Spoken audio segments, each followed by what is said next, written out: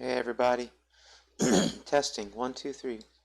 Testing. 1, 2, 3. Okay. Am I up on the screen here? I'm gonna do a little bit of testing, okay?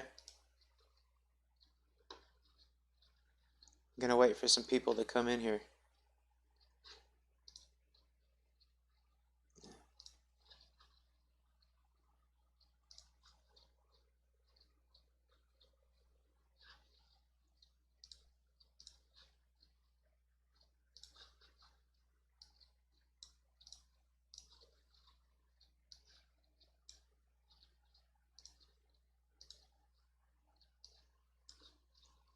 Ah, there you are. Howdy. We got somebody at least. Got some other people who I'm waiting for here. Let's see.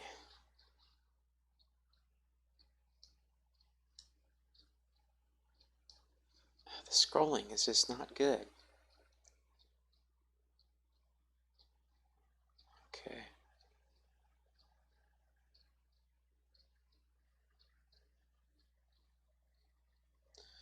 I wonder if this does this like a filing cabinet thing. No, I don't think so. It's not like a filing cabinet, no, is it? Okay. Don't worry, guys. We'll start pretty soon.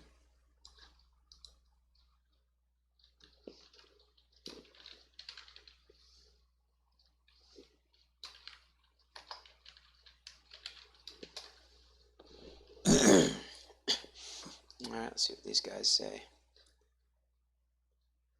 Sega! How about that?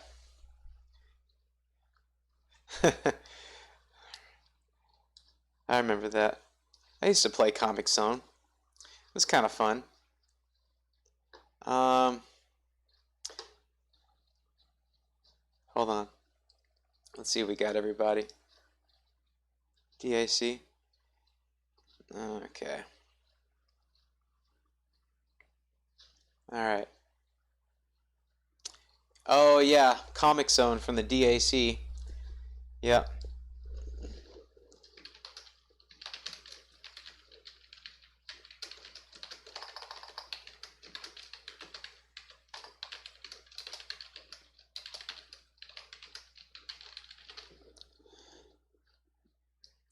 Anyway. Alright, well I don't know who's all going to join or anything like that, but I'm probably going to have to give a timestamp because I'm starting pretty late. So we're going to get right into some basics here. So I'm going to close this out because that's a little. And then we're going to go up here, open up some Deflamask. Because there's a lot of people who are new to this software and who are new to the YM2612 chip and FM in general. And so this is kind of a refresher and to kind of help out those who are not so familiar with it. Okay, let me check my stream here. It doesn't look like a lot of people are showing up, I don't think. I was kind of hoping that there'd be more people. Oh well. Whatever, I'll just keep on going and doing it. So, I'm going to answer some questions about the SSG-EG. So, to do that, we have a new instrument here, and I'm going to go to, hold on a second, let me get my little pen tool. Epic pen. It's pretty epic, man. So I can circle some stuff for you guys. Okay. Now right here, when we got the algorithms, I'm going to take it to algorithm 7. Because with algorithm 7, each operator acts alone. So it's basically its own sine wave, its own sinusoidal wave, you know, and they don't connect with each other. This is completely additive synthesis here. So this is the only algorithm where it's like not really doing anything FM except for maybe the feedback right here, which only affects operator 1. So yeah, operator 1 is the only one that'll ever feel that. And I can show you guys right here. The TL value right here, basically it's like the volume of each operator. So there's 4 volumes, there's 4 operators, they all make a sine wave, and you can change the volume with the TL value. And that's kind of the basic concept of that. So I'm going to play this little sine wave here, okay?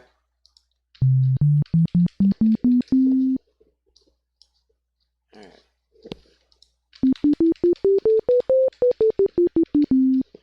All right, now notice what happens when I try to turn the feedback up. Nothing at all. It sounds exactly the same. Now let's bring operator 1 up to 8. Okay, so it's the same exact sound, right? But watch what happens when I start implementing the feedback.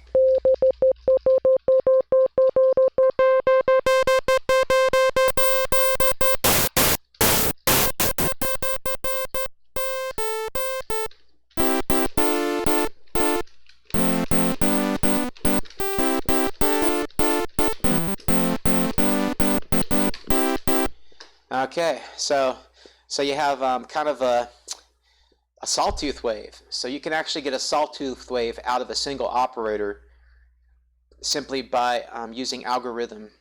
No, simply by setting the feedback to 7. You know, and I can add like a little fade in.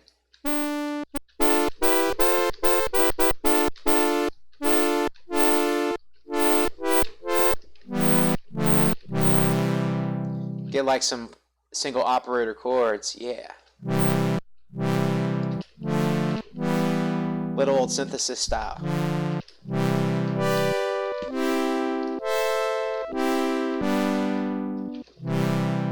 So I kind of like that sound. Okay, let's see where we're at. Anybody else on the board? Okay. Yeah, the 10XX. Well, we're about to get into all that, so no worries, bud. Where is everybody? Jeez. I'm trying to help people, and they all abandon me. I feel so lonely. That's okay. Anyway. So let's take the attack back to the normal mode. And let's take the feedback down to normal.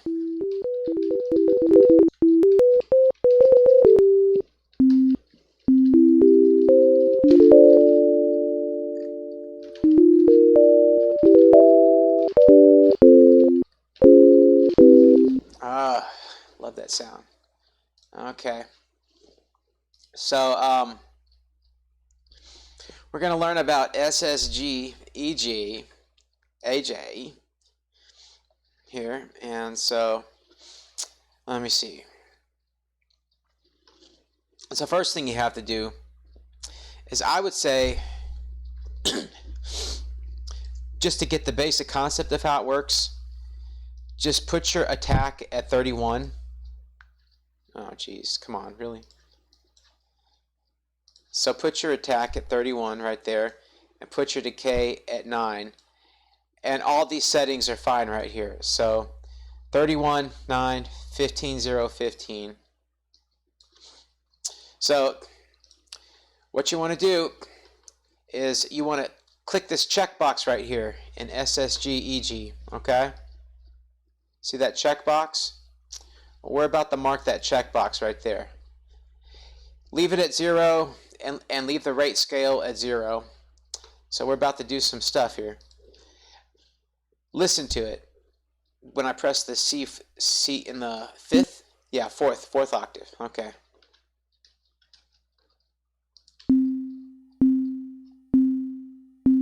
You listen to how it's repeating right now? So it's like in a pattern. And that's because what's happening is that as the decay goes all the way down, then it basically keeps re-looping itself. So it goes all the way down like this, and then it goes right back around like this, and it goes do, do, do, do, and that's what's happening with the decay of that single sine wave. Now if you shorten it, it'll get faster and faster, but if you lengthen it, it'll be longer and longer. Watch. So it'll be longer. And then eventually, it'll be an incredibly long time before it recycles. We may not even get to that point, but let's go faster.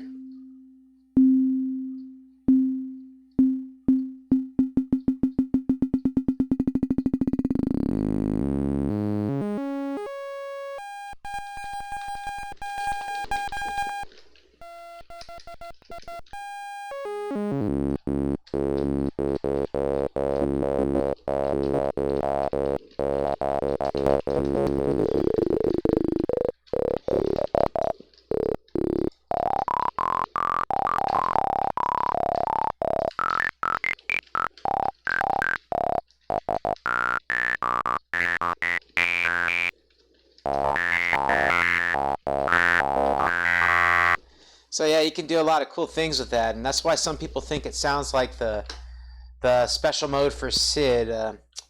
What's that called? The sync mode, SYNC. I think it's a sync. I think so. So anyway, sorry, bad joke. Now, with that, what we can do,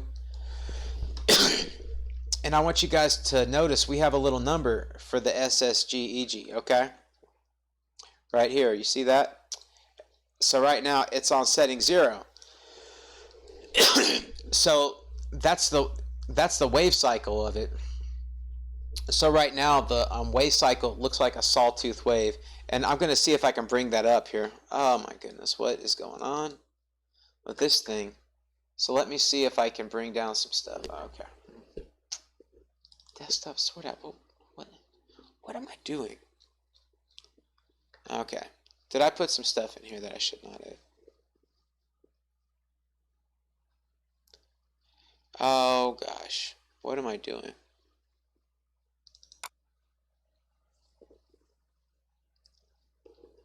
I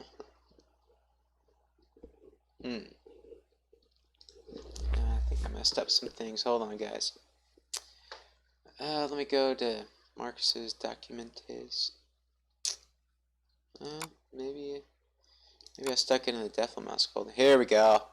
Bingola. The SSG-EG registers. There we go. So right now, this is the setting we're on. Okay.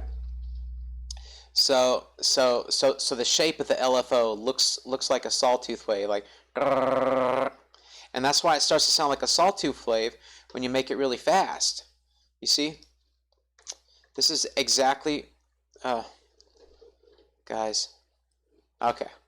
So see, this is exactly what is happening with it. It's a sawtooth wave. Modulating a sine wave. Using its volume envelope.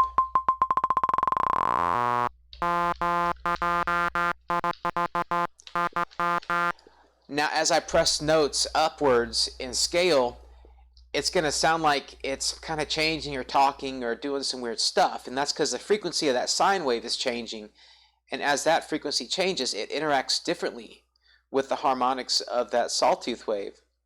And the sawtooth wave will also get faster as you go up in pitch too. So both are getting faster as they play in their wave oscillation, except the oscillation of the sine wave is going to go up faster than the oscillation of the SSG-EG sawtooth wave.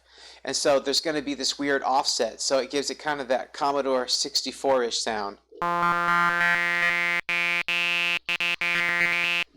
And as I go higher and higher to its logical conclusion.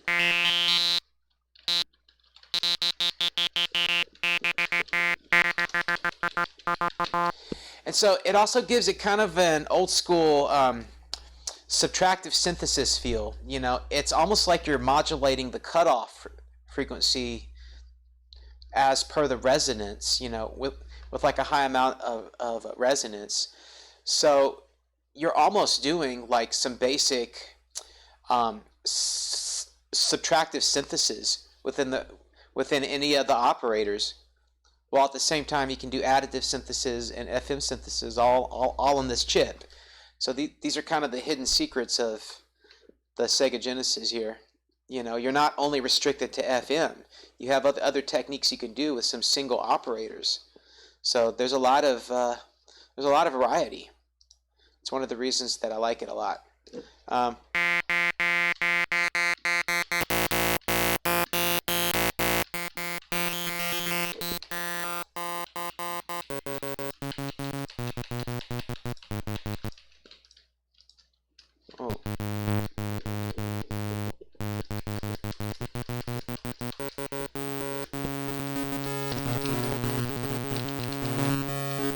Yeah, so you can do some really cool like electro sounds and stuff.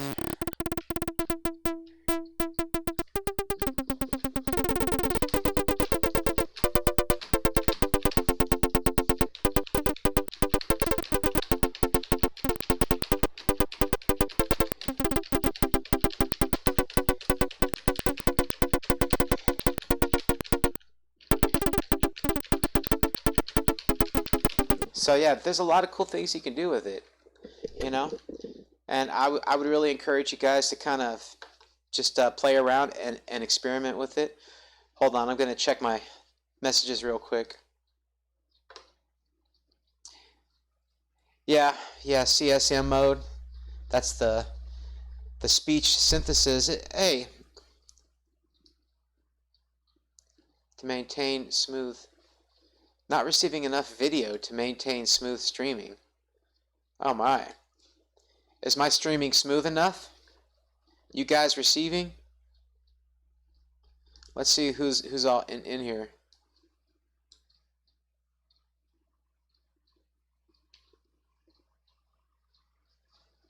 Okay. Hey, Super Jet Spade. What's up, buddy? Can you guys hear me pretty well? Okay. So we're going to move on to the other envelopes and just kind of breeze through this now. So let me erase this stuff. Poke that eye there. Okay, so what I'm going to do is cycle through the rest of the envelopes. Now the next one. Now what gives? It's not recycling. It's just a pling.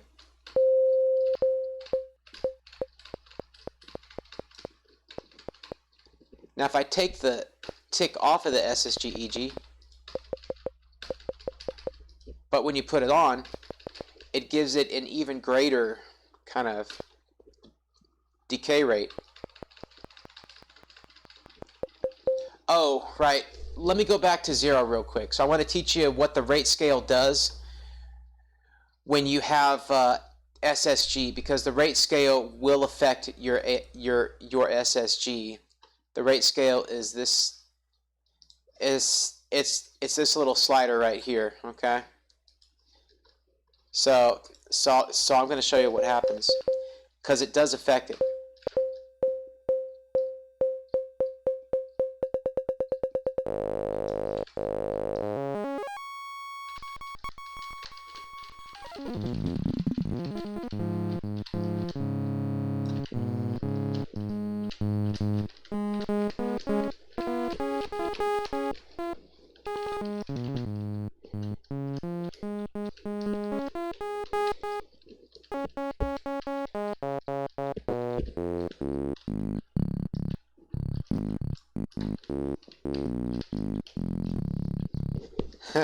Some cool stuff. So the rate scale basically makes it go a lot faster. That's all you really need to know about that. And then this right here, it's just going to make it go plunk. And why? Because if we look at number 1 here, watch here, you see, number 1, the wave only sounds once, and then it goes silent for the rest of the way through, okay? And that's why. But when we get to number 2, it's going to start with a plink, and then it's go woo, woo, woo, woo, like that, because it's a triangle waveform. And then if we look at 3, then it's going to make a plink, and then it's going to have maximum sound for like a single wave, and it's not going to recycle. So it's going to have the peak of the attack, of where the attack meets the decay, and it's going to sound off indefinitely, forever. And that's on number 3. So I'll show you that in principle here. I'm not hearing a whole lot. Let me turn this TO up a little. Okay, so watch. Hear that?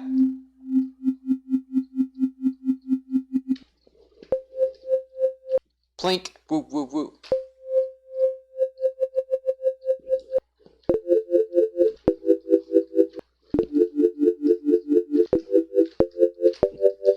So it's almost like a sharper version of AMS at this point.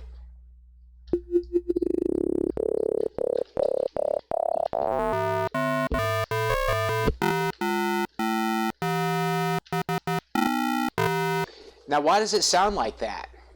Well, that's because the actual waveform of the SSG-EG is a triangle wave. So instead of sounding like a sawtooth wave, it sounds like a distorted triangle wave, almost like a rough telephone dial on a staticky line.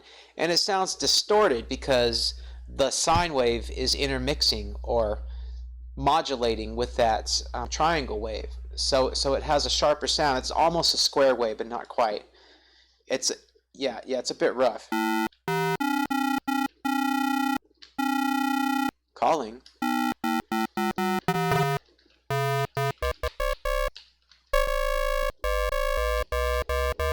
Cool sounds. You can make a lot of cool sound effects with the SSG-EG. So if we raise the rate scale, I don't think that has a lot of effect.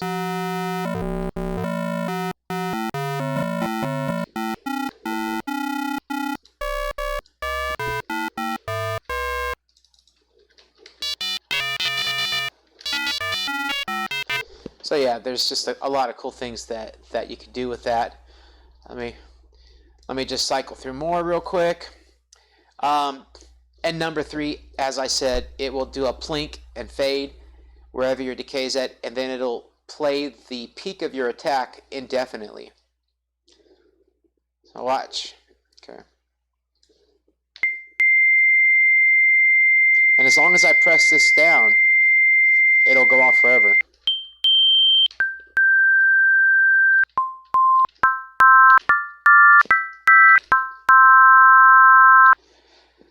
It doesn't really serve a useful purpose for most things that I do, except, it can kind of, I guess give you a little bit of a gap in the intro to your sound.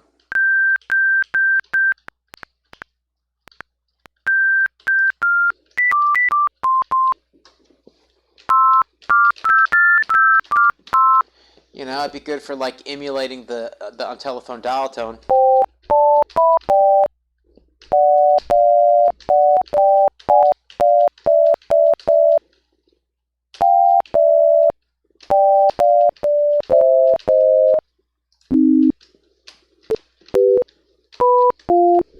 Yeah, so I don't know. I guess you could find a use for it, but I don't find it particularly useful.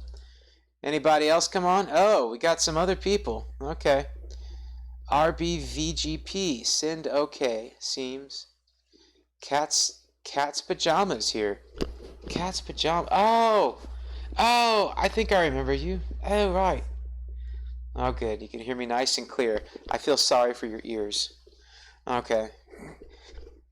Cat's PJs. I know you, buddy. Okay.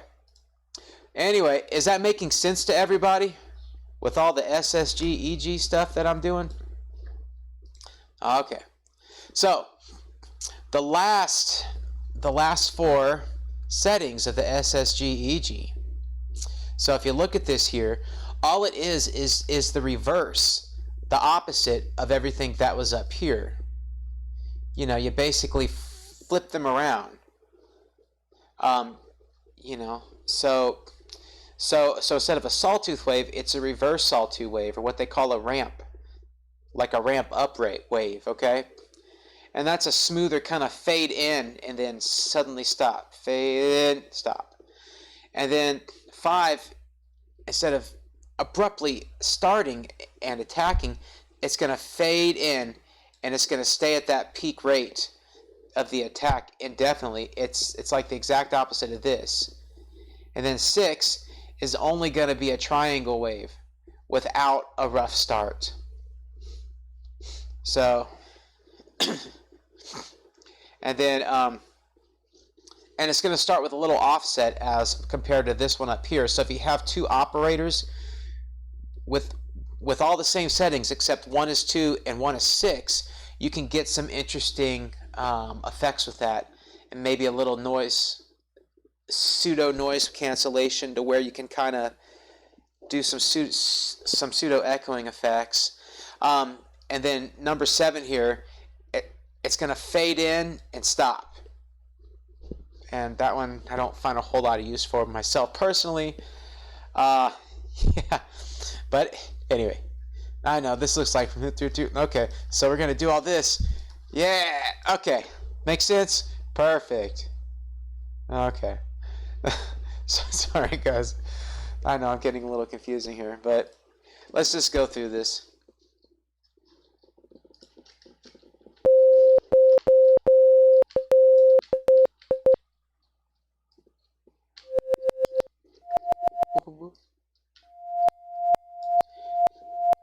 See, it fades in and clicks off, fades in, clicks off.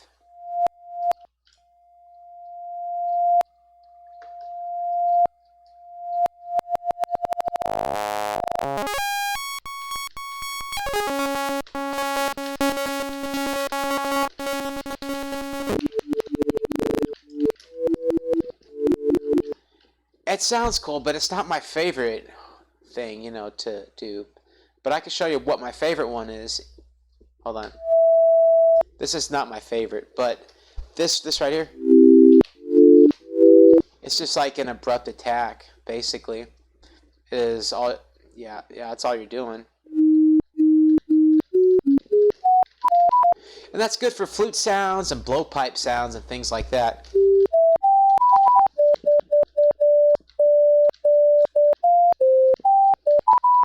So let's say I wanted to do the same thing in this right here, and I could add like a little echo offset, and would duplicate the settings, and go up to this.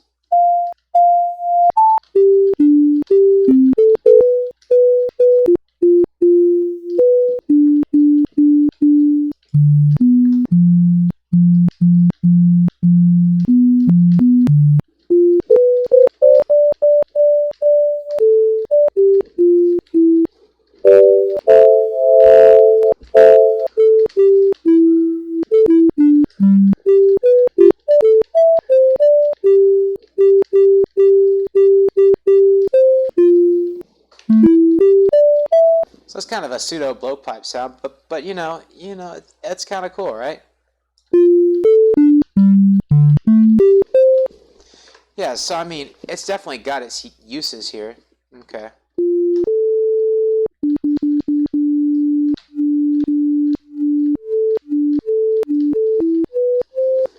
And then if we go to number 6, this is probably my favorite, the triangle one.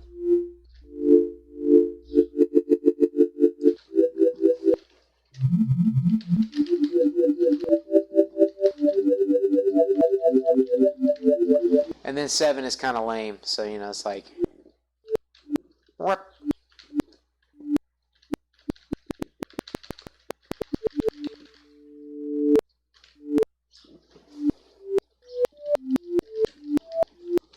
And that's all that is, basically. I'm not too excited about 7, but what I could do is make a whole bunch like this.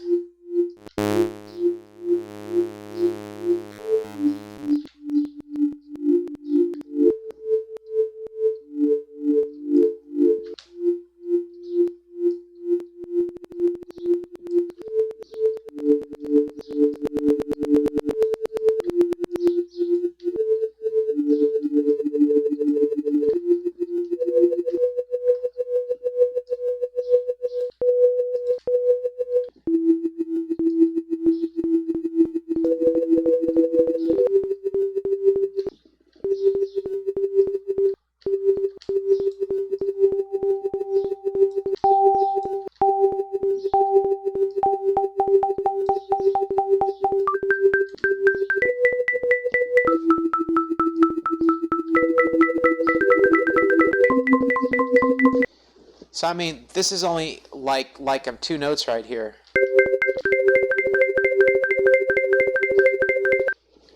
You know, so I mean, you were getting a lot of variety of sound out of just that. Watch what happens when I click play. Just kind of offset that a little.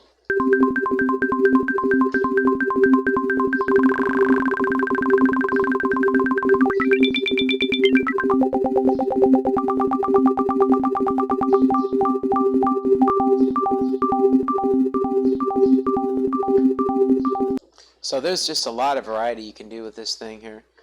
Anybody else here showing up? Nah. Anyway, so yeah, there's a lot of cool stuff.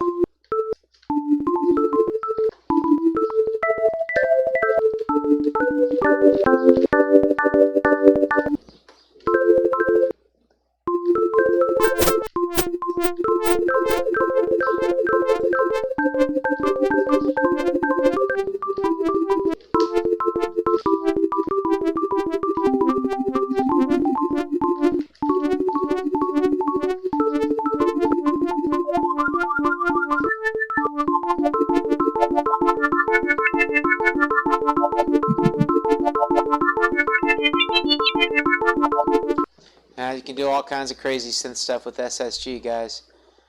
I mean, really, this is like the Sega's secret weapon, you know?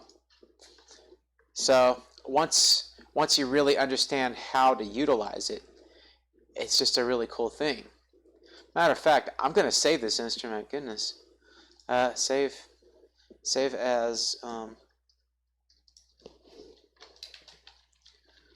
cool SSG synth FX. Okay, because I could do some cool stuff with that. Okay, so what we're gonna do next? Start over from scratch here, soldiers. I've only ever used the SSG-EG for the robot voice in my song, Decommissioned Steel Factory. But I might find another use for it in a future song. Alright, well, we'll go ahead and give that song a listen to, okay? So, just open up another instance of Diaphragmask. Whoa. Hold on, see if I can do my droopy voice. I use Diaphragmask. Oh, so happy. Okay, sorry. I like to do voice impressions because I'm an idiot.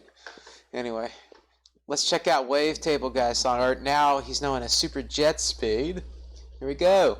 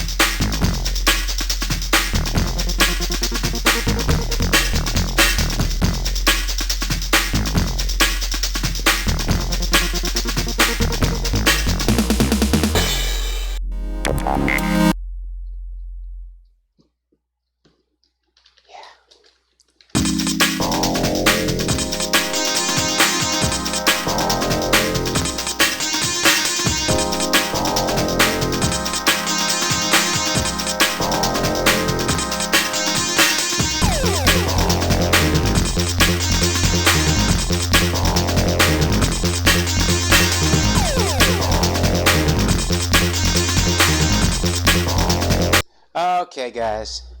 I think it's already played through, but that's definitely an excellent track. Super Jet Spade has definitely come a long way in his skill and his style. I'm almost at the point where I don't really think there's anything that I could teach him. As they say, the student shall become the master. Anyway, and that's the end, folks.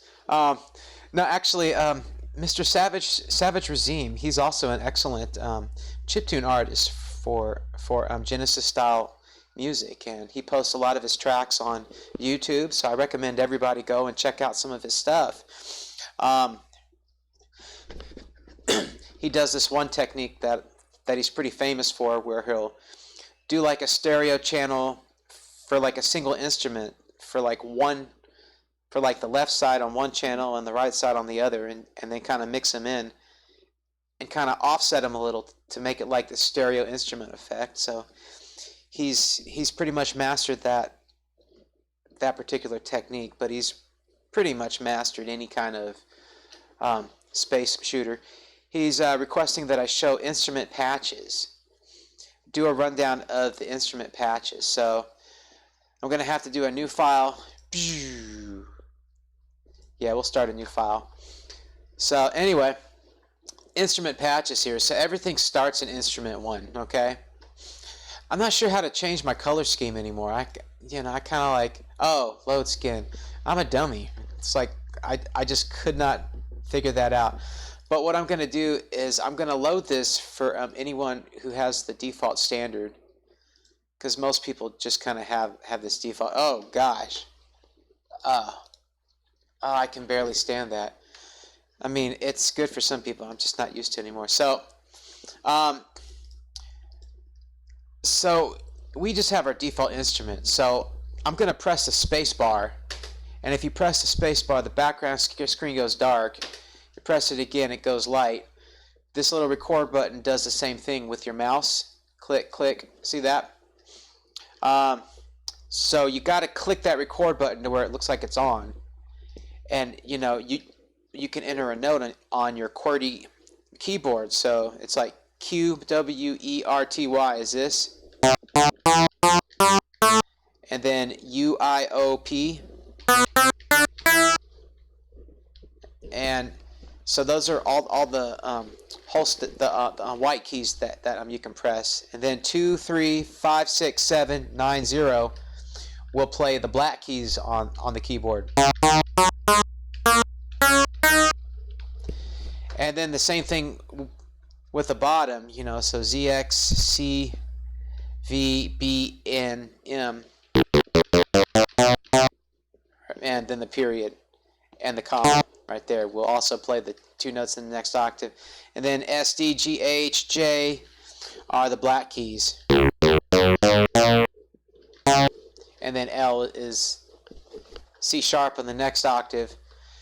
It's kind of useful sometimes. We'll just go ahead and highlight them and then press the delete key. Or you can also press Control A. Hold on. So you can press Control A and then press Control A again, and it highlights the entire column from top to bottom.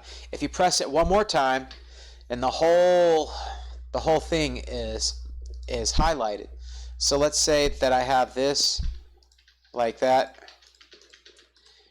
and then I press Control A, then I can just press the delete key and delete that whole pattern.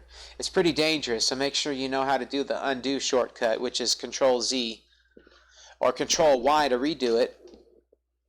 So those are some basic key commands. Now we're going to do instruments here. So every time you enter a key, so like a C4, so what you're seeing here, okay, so this is the note, obviously. Oh, jeez.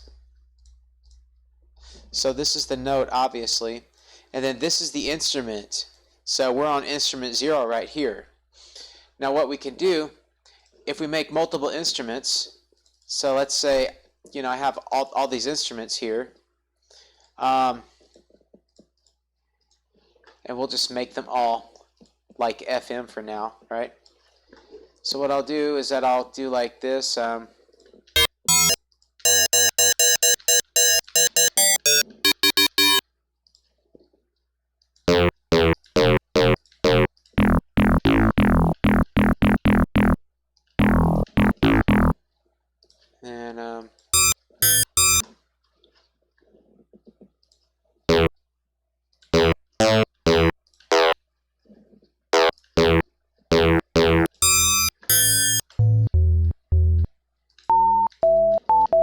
Okay.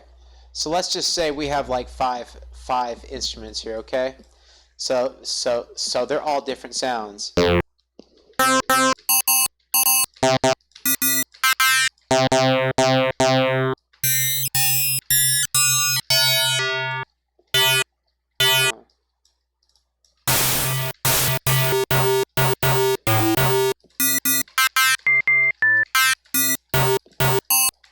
Okay, so those are five different sounds, right?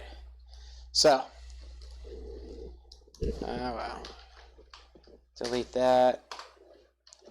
Okay, so I'm gonna do this.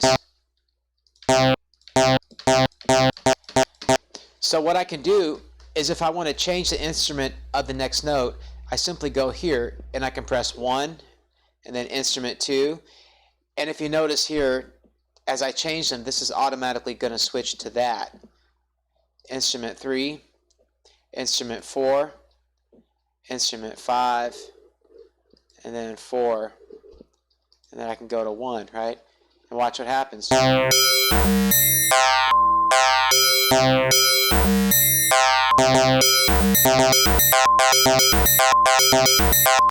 So yeah, basically, you know, that's a rundown of how to change instruments in the tracker mode. now let's say, you know, I only want to enter instrument 0, or I only want to enter instrument 3. So if I want to do 3, well, I have to go over here with my mouse and I have to click on 3 right there. And so I can click on this and I can go like, and every instrument that I enter is going to be a 3. Or I think what I could do is so if I click on this 3 and I want to change all these instruments to a new instrument, then I press Control A once when I'm on the instrument column, and I do Control F2 to go up an instrument, or Control F1 to go down. See? But if you go past the amount of instruments you have, the number will turn red because you simply don't have them.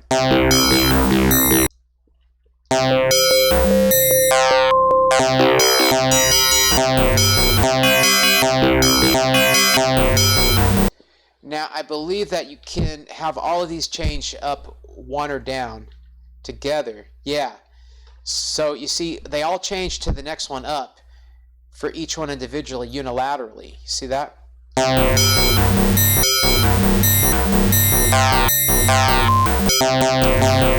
So in your own music production, these can be helpful shortcuts on changing the instruments. Is that making sense so far? Let me check everybody here. I'm not getting any responses, but that's okay. We don't need no stinking responses. We're good, okay? Let's see who's here. Trying to make a stereo mixer for a stream. Try to make a stereo mixer for stream a little lower volume. Sounds too loud. Voice a little low volume. I think he wants me to lower the volume of my voice. Oh my. Yeah, okay. How's that? Testing. 1, 2, 3. Is that better? Testing. 1, 2, 3. Okay. What do you guys think? I believe the game Alien Soldier soundtrack has the most complex patches I've ever heard for a Genesis Mega Drive game. Yeah, maybe so. Alien Soldier. Oh, excuse me. Well, yeah, you can do a lot of complex things with Sega. You know, the FM alone. Now, what if we want to do like PSG? Well, if we want to do a PSG instrument, we can click new here, and we can click this little thing where it says where it says FM. So all we do is we click that, and it says STD. Now, don't get any wrong ideas here. I believe it stands for standard. So when we click on edit, it looks like this. So if I click it again, the box is going to transform to an FM box. But if I click it now, it's going to turn into like a PSG envelope box. So we can now edit the PSG, and it's only going to make sounds. It's only going to make sounds in these SM channels, and that's the Sega PSG. That's the same chip as the Master System, except it's slightly modified. It has an auxiliary port on the chip to where it can either do stereo if it's in a Game Gear, or in the Sega, it basically intermixes into the FM, you know, and that's all it's used for, is like an output for the FM to mix it in. So you cannot do stereo on the Genesis, but at least you got your PSG, right? So that's good enough. Anyway, so PSG.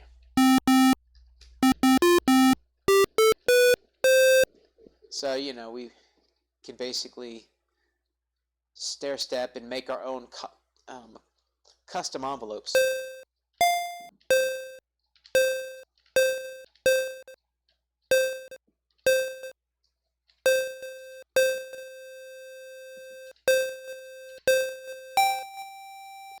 We can have it kind of recycle here.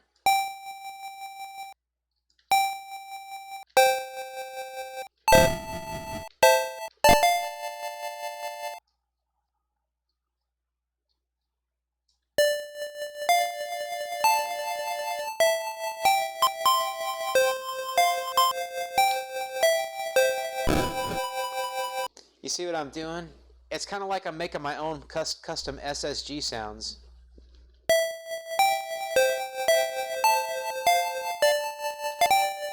Because what we're doing is that this little looper here, this actually recycles that loop at the end right there. You know, so there's all kind of ways to, well, not to offend any cats out there, but there's all kinds of ways to skin a cat. Okay. Well, I don't think my cat flinched, so that's good. But anyway, so yeah.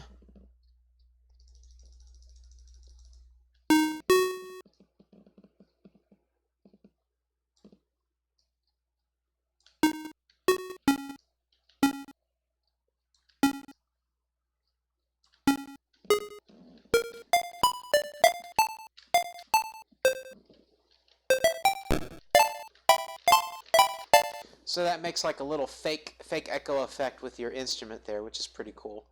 So yeah, that is a thing. Let's see if there's anybody else on the Squawk Box. The Hertz clock rate will also directly affect the speed of PSG envelopes. Thank you for bringing that up. That is true. Yes. So let's see here. Yeah, because right now the clock speed is set to 60 hertz, which is NTSC. So I'm just going to type in 60 so that you guys can see here. Okay. So this is how it sounds. But if I double that to 120, it'll sound like this. Pretty fast, huh? If I take it up to the fastest that Deflamass can do, I'm sure an actual Genesis could do more. It's going to sound really crazy. Like a little plink, because it's cycling through that envelope at like 999 times per second. Like, so that's like the speed of light for Deflamass tracking, at least. So that's as fast as you can go. That's our cosmic limit here. For those of you who don't know, I'm going to show you a little trick here, okay? So I'm going to take it all the way down to where you only see like only two things right here, okay?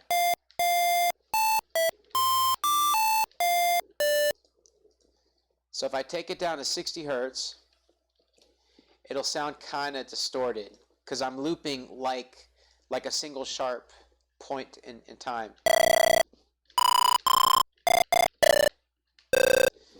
If I have it like this,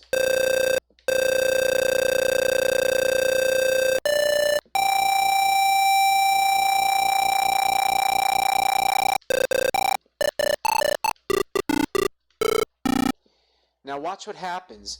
You see, if I take it up to 440 hertz, it will make the sound of A when I play it on the highest note, because the highest note is only ever a click.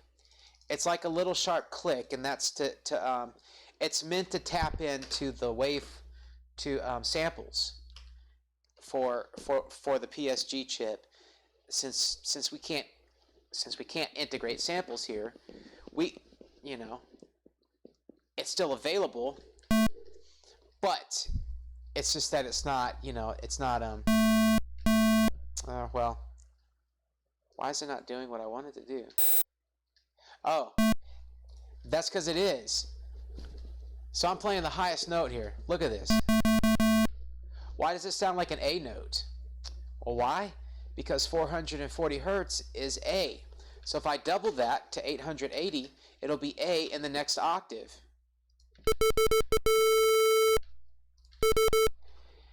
And the cool thing about it is that you can actually go really low.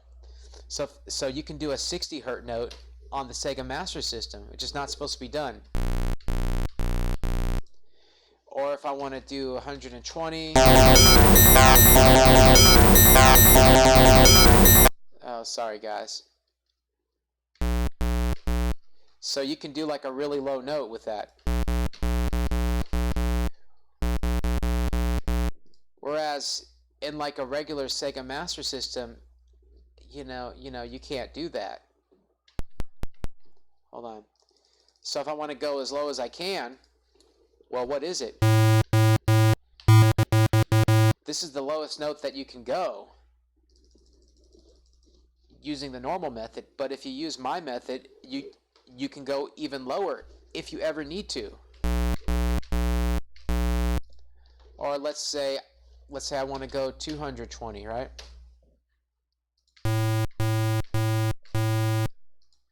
And then I do like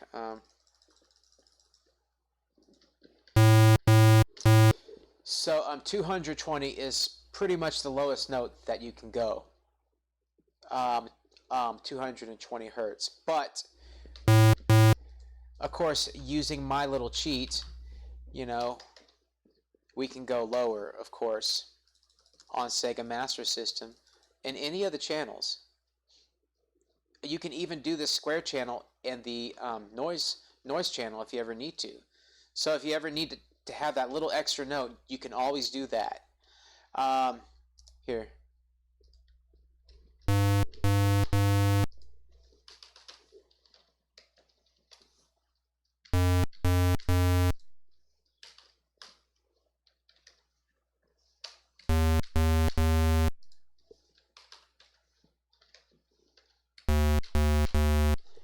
See what I mean, guys? So I know you can't change the clock speed while it's playing back, but if you ever need to have a low note like this, then yeah, you can totally do it.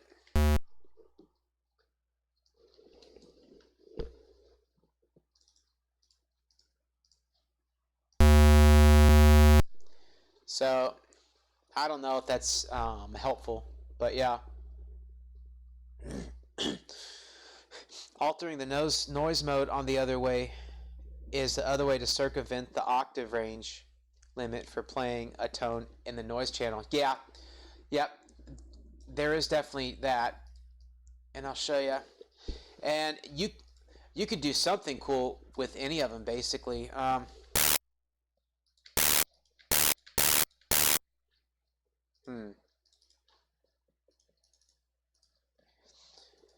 Let me see. So even if I want to go to that. Okay. Some cool stuff, huh? Okay.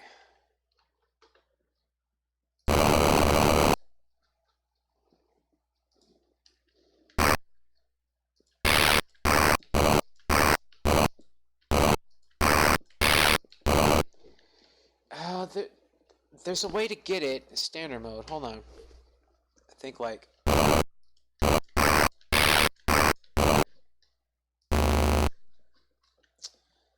second.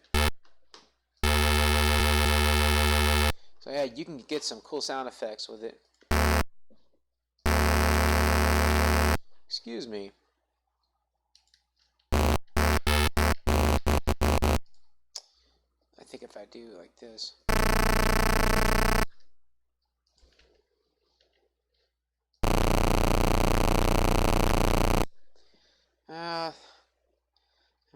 There was something I was supposed to be able to do.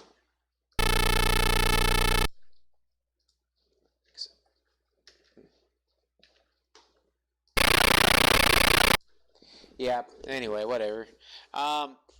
So what we can do is that we can take it to the periodic pulse mode, and we take it up to its logical conclusion all the way. Right? Oh no, I think we have to go all the way down like this.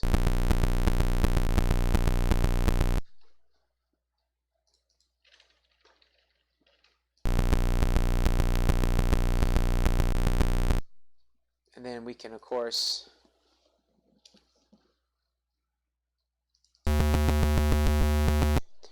and then we can get the note of A from the noise channel with a square wave.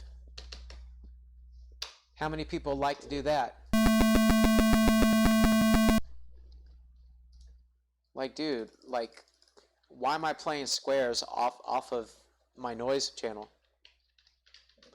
So that's kind of a cheat, or like a workaround.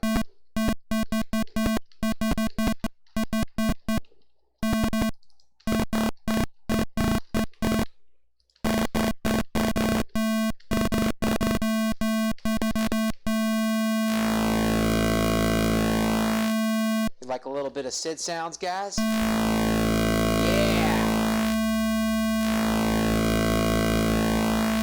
Give me some SID sounds off of the PSG chip. Represent. Alrighty. Yeah. You got to experiment with stuff. I've never heard it before either, but hey, now we know. We figured out something pretty cool that we can exploit for the next Battle the Bits contest. Hold on.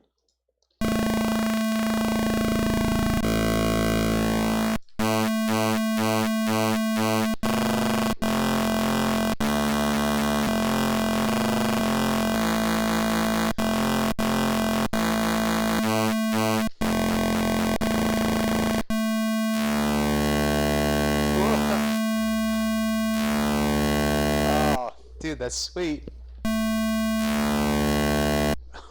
I'm getting some SID sounds off of this.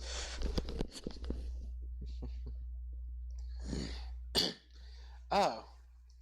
Yeah, that's true. This is kind of overclocking it, huh? Well, what happens when we go to 60 hertz? Is like, can we get some sweet stuff out of that?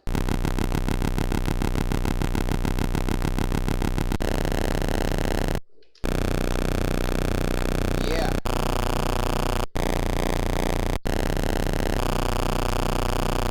What about 50 hertz?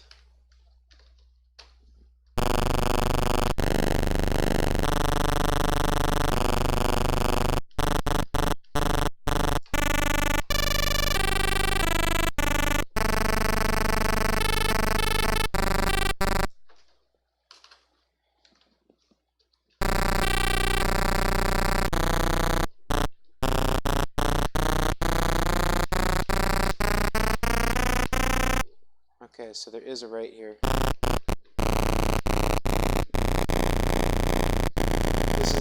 This is the sweet range.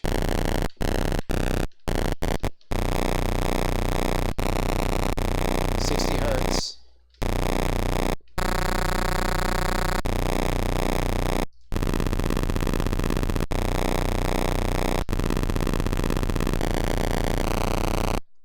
So what I like to do is when I do this kind of sound, I like to start it like the lowest note here.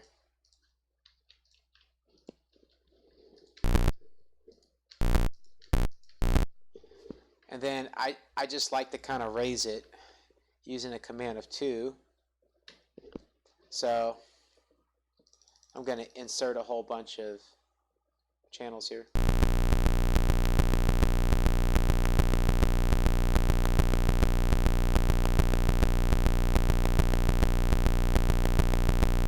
Oh, that's right. Darn. In order...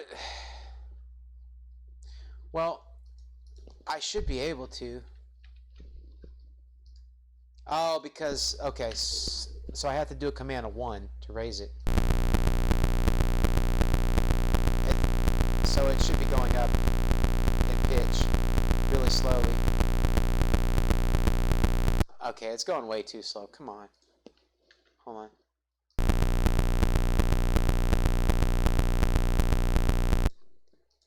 Jeez. Now let's try it.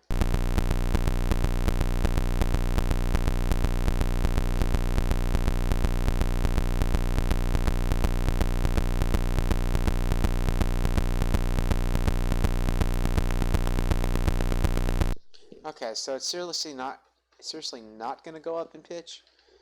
I thought it's supposed to. What did I do? Oh, I don't know what I did wrong. This is weird. Because pitch bending, of course. You can't just do this. Hold up. Because it's controlled by this. Hold on. 1. So I had to do it like this. Yeah. That's why. Because the pitch of channel 4 can be manipulated by channel 3, and channel 3 is the only one that can do the pitch bending commands for it. So it's going up and up and up.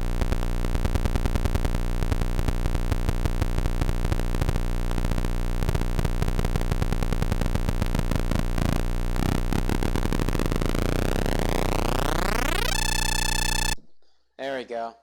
So you get some interesting effects with that.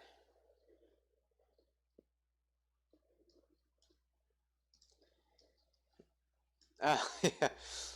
Maybe put the pitch up in. Maybe put. Yeah, I figured it out, buddy. Now I think in theory we can do the 440 tones on an actual Sega Genesis, so I'm gonna have to try that sometimes. But it'll be some pretty cool stuff. Okay.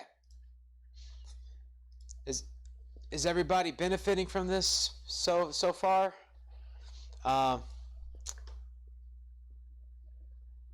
Markbot, you wanted to show something specific relating to the RRR tracks there? I think what SR meant was show how the instruments for the wavetable guy were made. Just a guess. Didn't watch the whole thing. I mean, voice is too low. Need too little up, but sound of Deathmask is too loud. Okay. Well, you know what I could do is I can lower the like that and then raise my voice a little. Is everybody hearing my voice better now? Okay.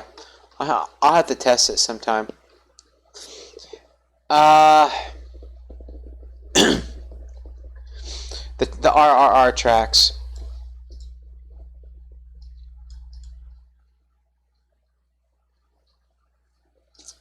Oh, using all 3 PSG channels at once? Oh yeah, you can definitely do it. Blender Fiddler, how's it going, buddy? You're late for a very important date. It's okay. I'll leave the video up for a while, and you can skip through and watch the SSG portions. Don't worry, we got some good stuff in store because we're gonna learn about the LFOs. Okay, so all 4 PSG channels at once. Well, yeah, we can certainly do that with, we can make a few limited chords here. Okay. So I'm going to bring it back down to NTSC. So basic noise channel stuff, 2001. So this is your basic low, mid, high. Okay? Observe. Hold on a sec. It doesn't help if my octave's at 0.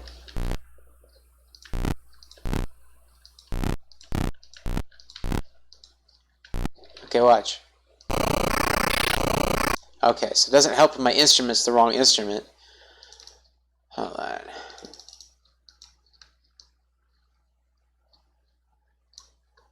Okay, let's try this.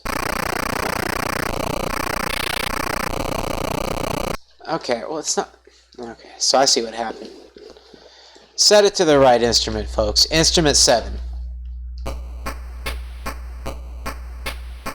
So those are the basic three-tone noise sounds that you can make, right? Anyway, we'll just kind of do like a little thing.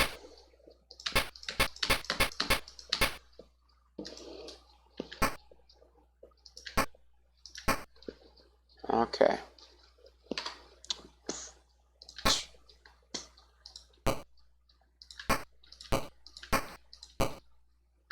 Watch.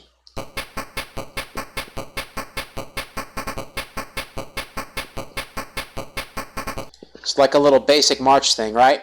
Now, you know, and so you can do your three tones like this.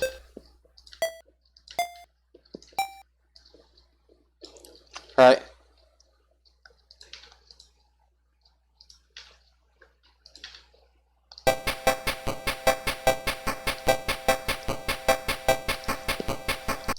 So, you get your three tones.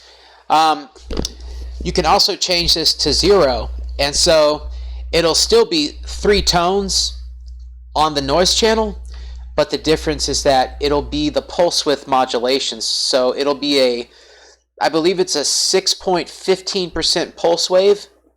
So it's a little more twangier than the NES 12.5%. So it's 12.15%. So let's see how that sounds.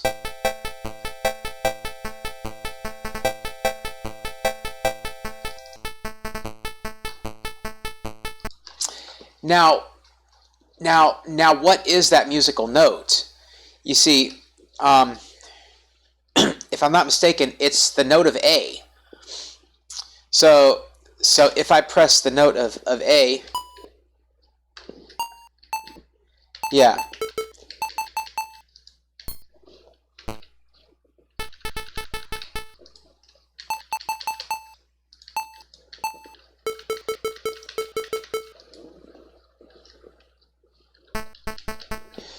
So if for whatever reason, because of the Sega Master System's clock cycle, it's always the note of A when you set it to the pulse, the pulse width mode for the basic three tones. Okay, but what that allows us to do is that allows us to get chords that are rooted in A, or chords that have the note of A in them.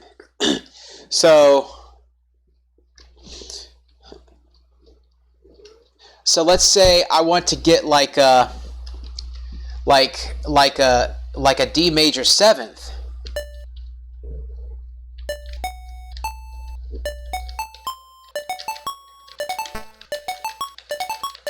So one of the notes in a D major 7th is A. So what I do is that I work around that.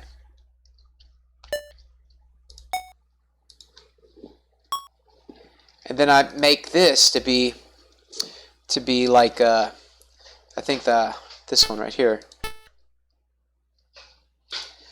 So let us delete everything else we have here, and let's listen to this. So now we have chords of 4 playing now. Oh, right. Definitely Master is a little buggy sometimes. You try to change that PSG and then the PSG envelope, and you're changing the stuff in the background here, and that's no good. Come on, Delig. Alrighty, hold on. Let's see how that sounds. So yeah, listen to that.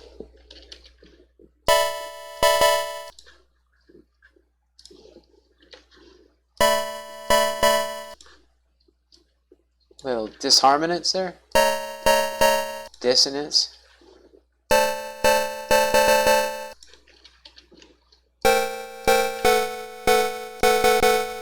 So yeah, you basically can get all kinds of varieties of four chords thing if your chord is either rooted in A or contains the note of A. Okay.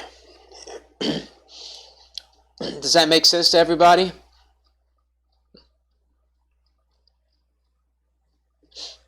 Oh yeah, the SN can make. Yeah, that was the original SN76409. That was before they made the clone version in the Sega Master System. So like in systems like the ColecoVision and the SG-1000, they had a slower clock crystal for the chip, for the sound chip. And so it was able to go to like a lower octave. So it could go as low as the NES chip, generally speaking. But for some reason, it bumped the noise wave tone for the pulse wave in that special mode.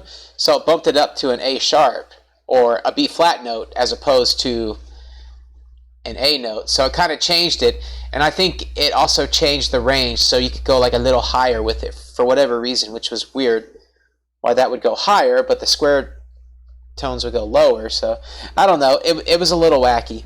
But it was pretty cool. And then the texture, the actual texture of the noise was also different. A little more gristly, you know, a little more crackly than it is on the Sega Master System. So, but yeah, it is true.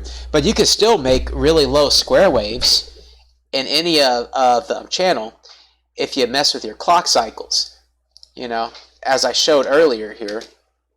You know, so if you go up to the highest note, so that's a really low square wave right there. And so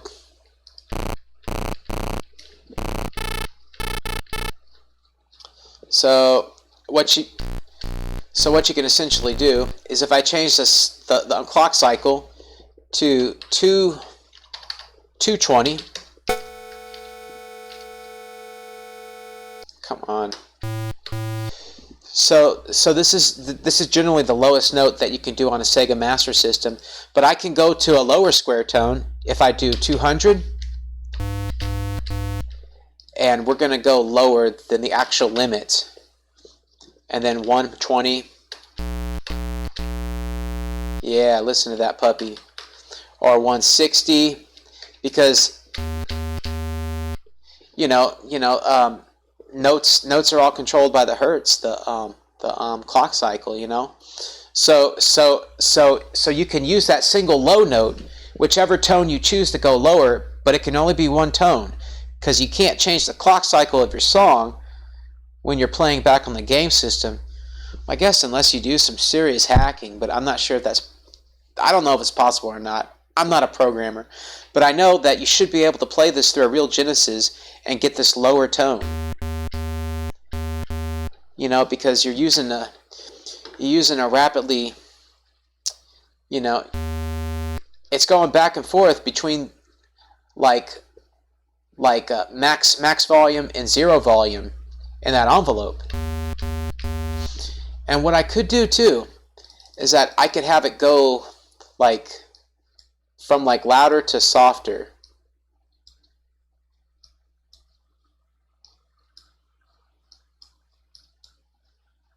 And then one more, yeah.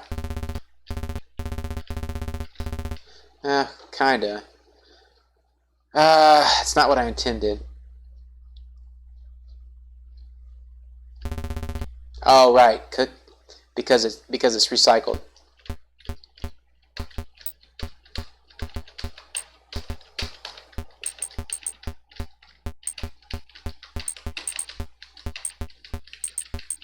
Yeah, so you can do like a little beat of a bass drum or something with it, you know. So there's all kinds of things you can do with this chip. So yeah, you should be able to play any of these clock cycles through like an actual Genesis. But you can't change a clock cycle mid-song. So there are, there's still limitations, but there's ways to work around them. Rock and Roll Racing.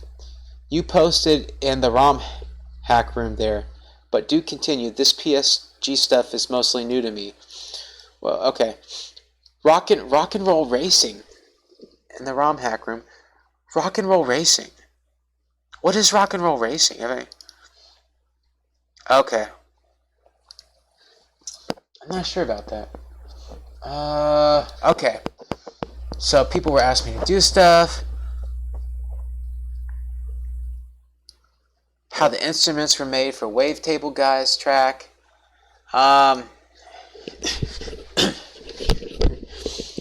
Okay, so this cool puppy right here. So we wanted to see the cool SSG instruments, right? So let's see what we got here.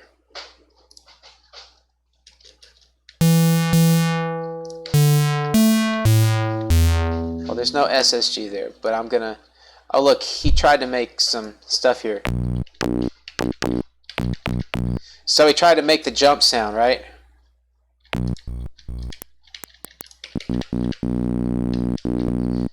So he was definitely using SSG for that.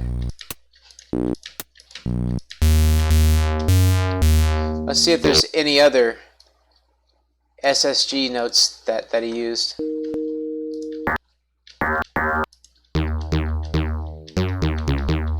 Like that. Did some polytones there. PSG. So I'm trying to look for all the ones he did.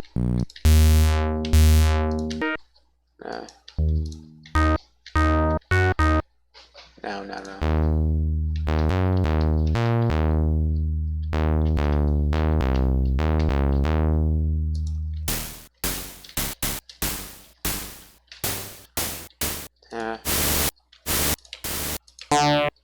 Okay, so I see what he was trying to do when he was doing the speech synthesis. So hold on, let's break this down.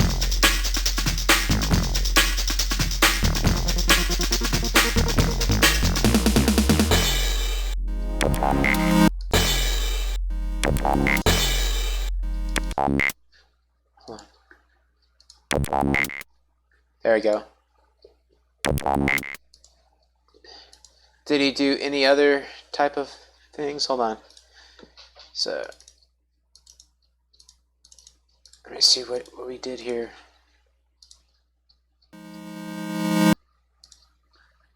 So we know he didn't do that.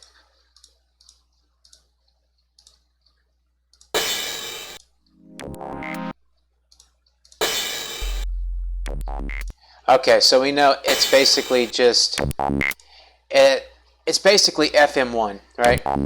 But he has it kind of like echo reverbed on FM channel 5. Nice. It's a very nice effect. Okay. So we're going to break this down a little. So I want you guys to notice this, okay? So right here, the instruments here. So there are various instruments. So if we go to our listing here and we go up, we're going to see that he starts with the JU for the J in the word jump, right? And then he goes to 8.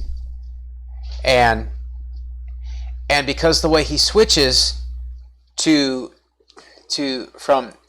8 to 9 real quick, it gives it the illusion of like a jump, like it's making it talk, you know? And then A is the O for on, and B is, as I guess as close to an N as he can get. So let's see if we can kind of play that through. If I also choose, like, okay, now watch.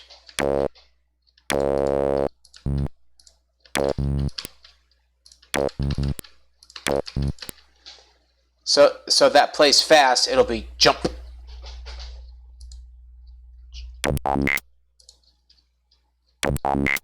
but you have to change the instruments too real fast. And it's all a cooperation of the SSG-EG effect. Or the ah is like oh, on.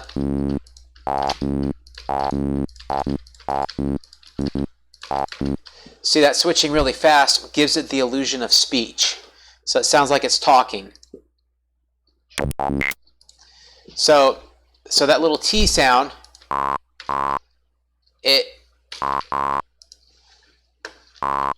so where's his SSG?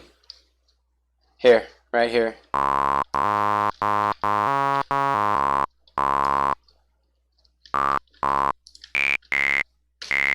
I would say probably, oh wait, he did. You see, he did a C5. See, for the I sound instead of a 4, because if you go higher, the SSG frequency increases along with the note and gives it the illusion of the I for like that I sound. So this is how you do speech synthesis using the SSG right here, folks.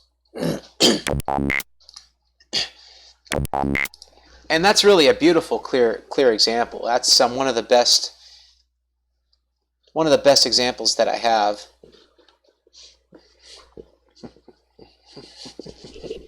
Purely used for the robot voice. Okay, got it. Yeah. And then for that T sound, so if we're going to do it that way, basically what you're doing with that at this point is that you use two operators together, and then you raise the feedback up all the way, and the TL value as well. Or maybe if I go to algorithm 7,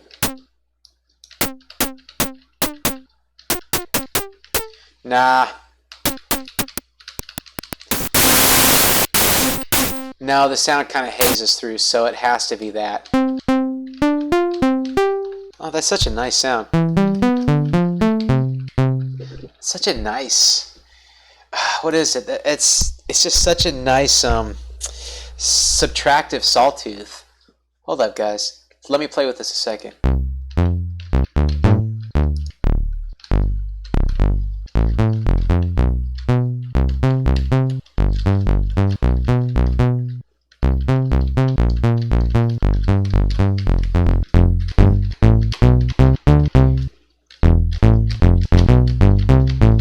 Oh, I gotta come back and play with that sometime. That's cool. Sorry. I got a little sidetracked. So let's see what else is going on. Frame 38 also has the other phrase. It says it is almost finished, and some probe for Protos of StarCraft. Yeah, that's a lot of fun. So let's go to frame 38 here. Let's back up here. Or it's actually pattern 38. What a frame is, guys, is anything that goes all the way across. Okay, you see where this amber line is? So the frame goes horizontally, and the column is vertically, and I can highlight the whole column. Or yeah, but the frame is wherever you see this amber, this yellow orange mark, and that's an actual frame right there. So there's 64 frames or 64 rows to this pattern. So I'm just trying to use correct terminology to help so that I can be more helpful here. I'm going to trash all those, and we're going to play this real quick.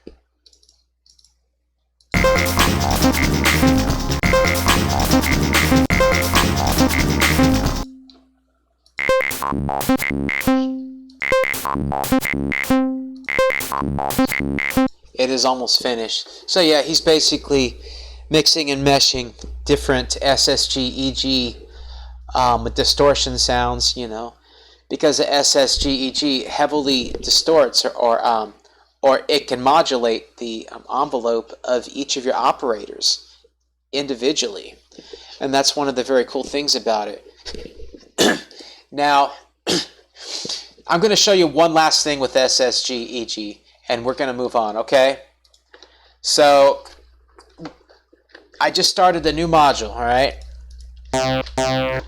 Our lovely gaseous default sound. So what I'm going to do here, you got to tick the checkbox right here for SSG-EG, right?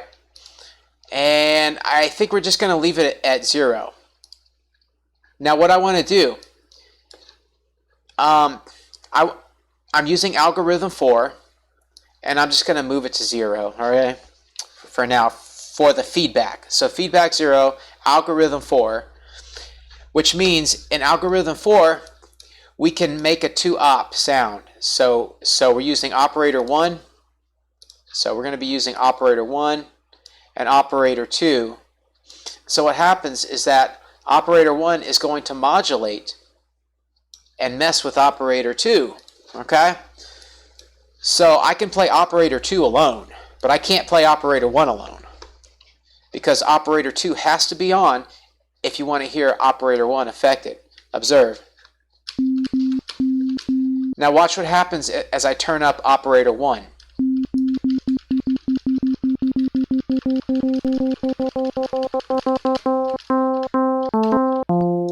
Because operator 1 is modulating the frequency of operator 2.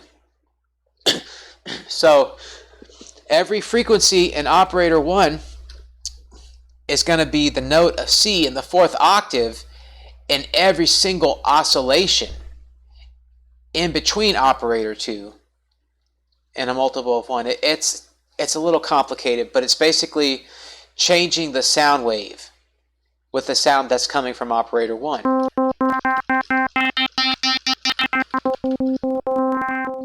And the sound change intensifies more as you raise the volume, or if you change the frequency of it, or the multiplier.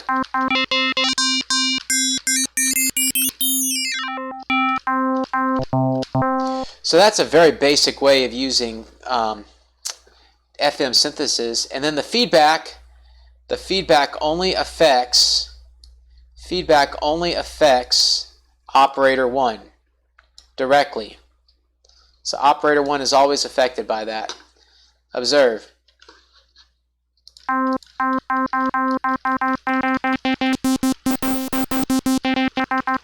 It's only affecting operator 1, but since operator 1 is modulating operator 2, it has a chain reaction to it. You see what I'm saying? So it also affects the total outcome of your sound. And then if you have all your operators linked up to each other, then it's that drop-down chain effect for everything. You know, the stuff trickles downhill, as they say. But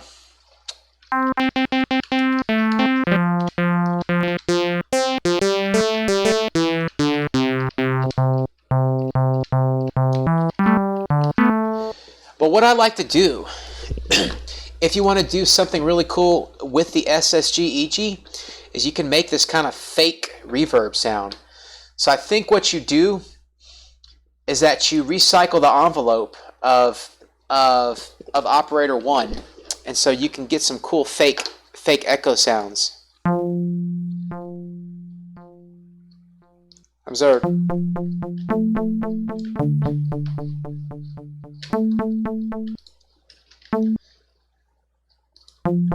Watch.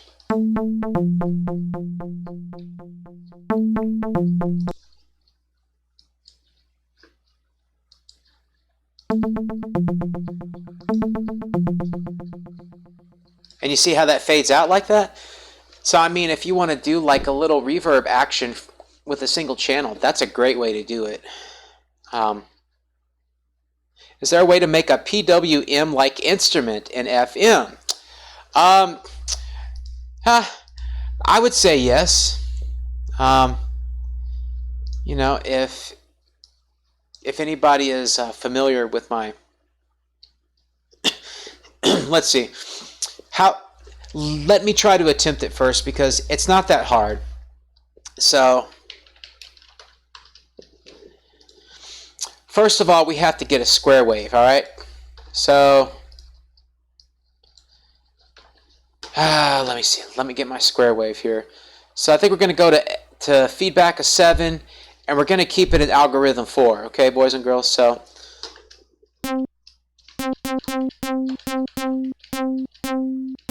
we're going to kind of keep this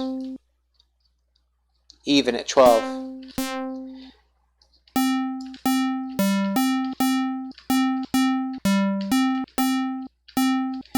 We're going to raise this sustain all the way to the top for operator 1.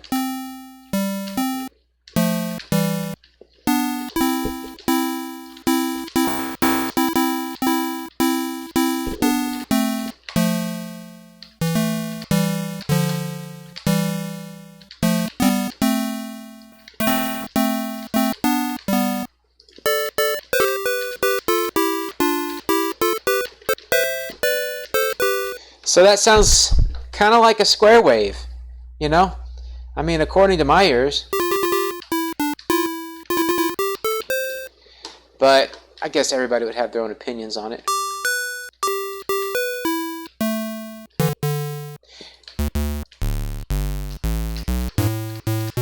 And it's not a perfect square wave. You know, it's kind of basic, but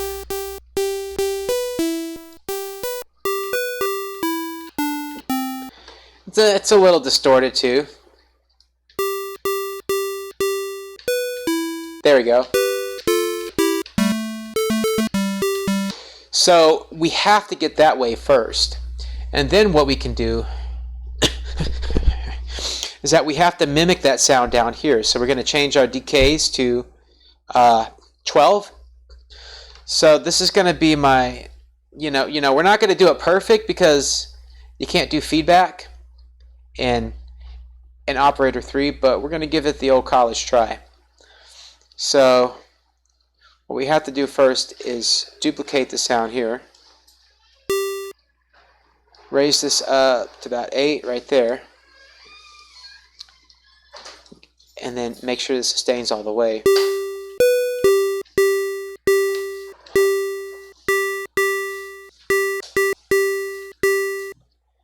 And then we're going to change it to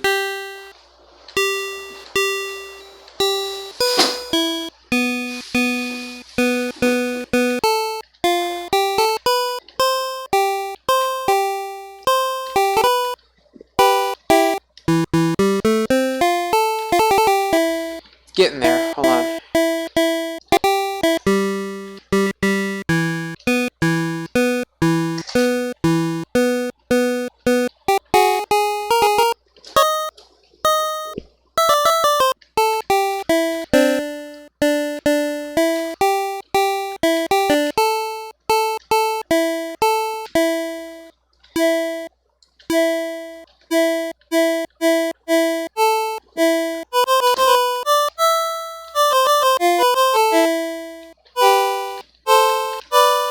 Okay, does that sound about right?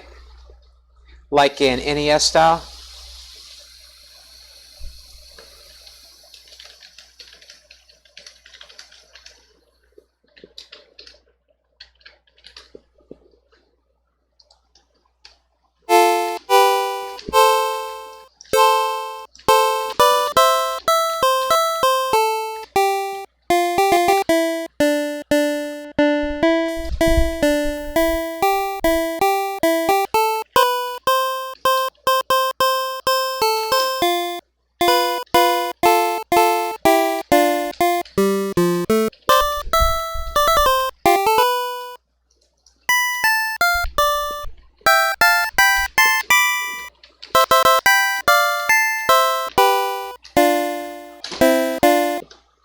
Alright. Oh. You want to phase it through? There might be a way to do that. So, if I do another wave like, well, I might be able to do this. If I create a duplicate instrument and I flip-flop those values right here, okay? So if I copy that instrument, and then I put that instrument there so that they're the same notes. But in this instrument, what I do is I flip-flop it, so I do 4, 2, but I do 2 and 1.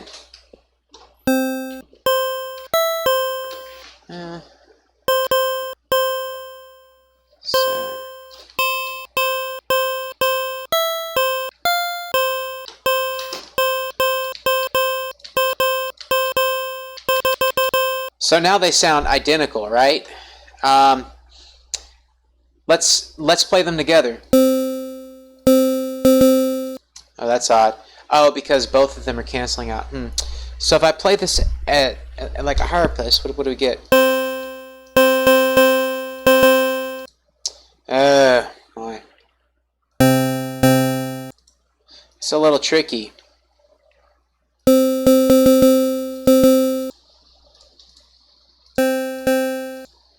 Oh, yes. Let me see here. How much is that anyway?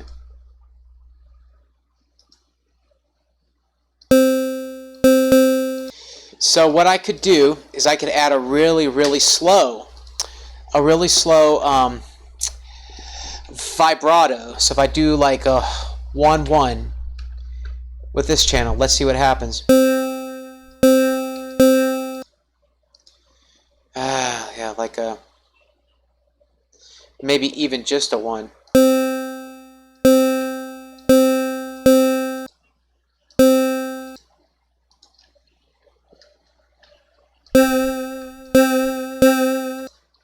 Yeah, it's kind of odd. Let's kind of raise this a little. See how much we get.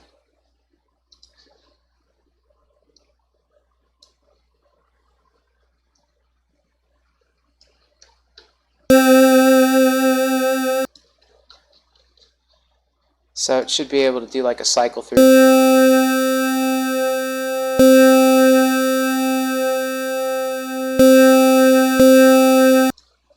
I don't know. Oh, you want to do DT time? Okay. Well, let's really offset this puppy and make all these on this side, and then make these detune on this side in addition on that next instrument. Let's see what we get.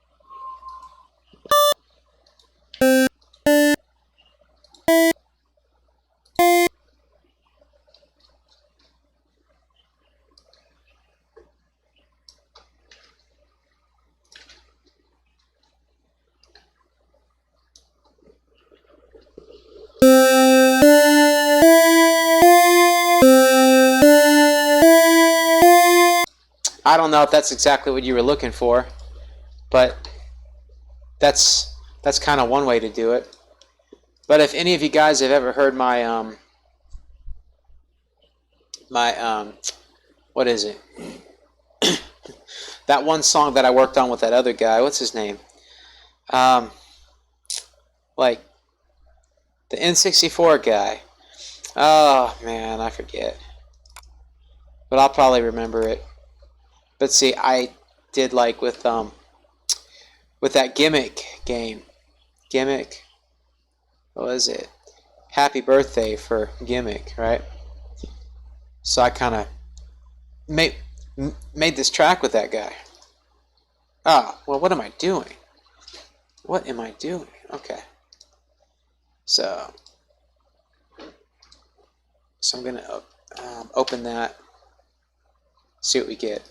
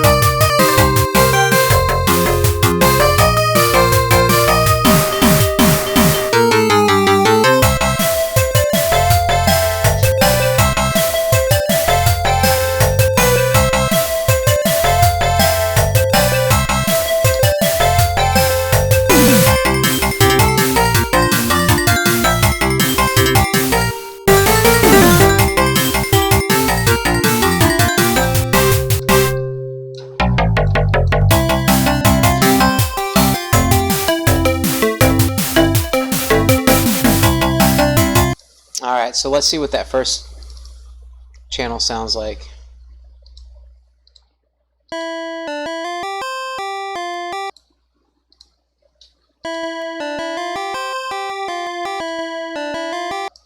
And what was I doing with SN1 and 2?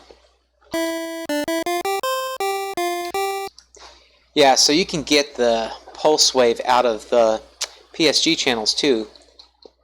And so when you play these together with the FM, it sounds like this. So that's another trick. And then you add a little echo, and you're like this.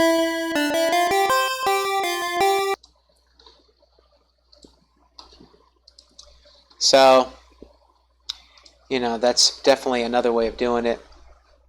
Oh yeah. With the PSG channel, we make the standard instrument, edit. We're gonna write, because I forgot, because this is like this is kind of important too, right? So everybody thinks you only got a pulse wave, right? Right. Well, let's see.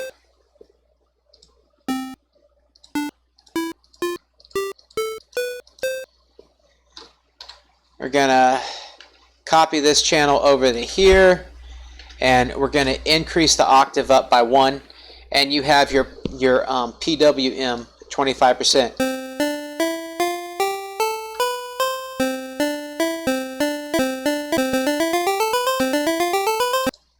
So it's really simple with that.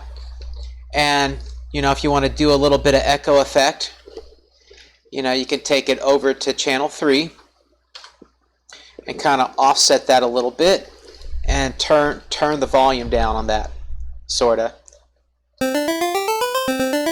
Hold on. Slow it down a little.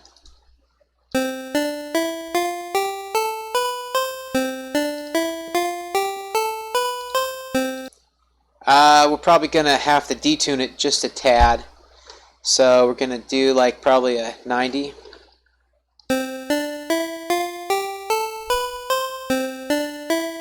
And that gives it the illusion of actually an echo for the 25% pulse wave. You know, and we can do it a little more. So, you know, there's various echoes that you can do with that as well.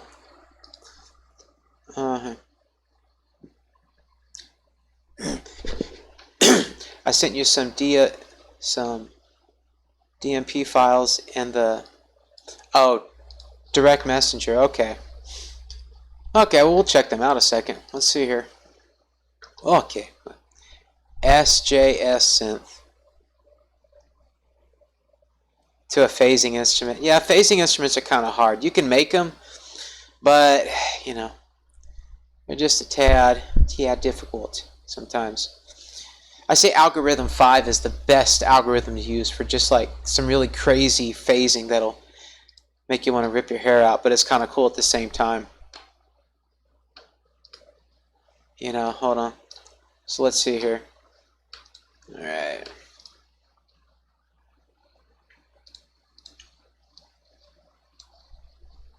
All right. Let's see what we got here. We're going to open up some FM instruments, right? What's this? Oh, that was my first little track right there. All right, so well,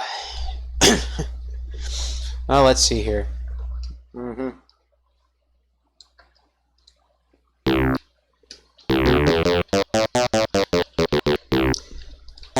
Okay, so we're going to open up his instrument here. Going to load up what he sent me on the desktop. We'll try SJS Synth 1. Okay, Super Jet Spray.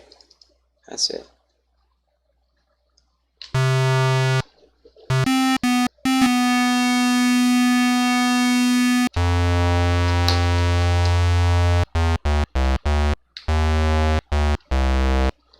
So what I could probably do here is kind of offset this a little, maybe to 1. So So it's going to start like one tick late, and then I'm going to implement a serious detune here and see if that helps. Haha.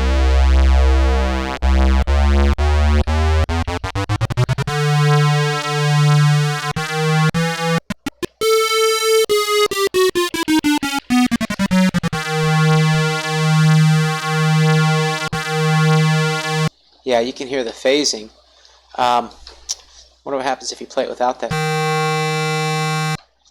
Okay, so I think doing a really slow vibrato.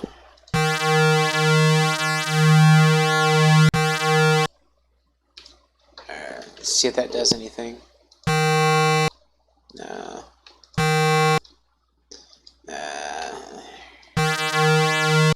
Oh yeah, of course, because that's the depth. So if I do a 9-1, no. If I do a 1-9, yeah.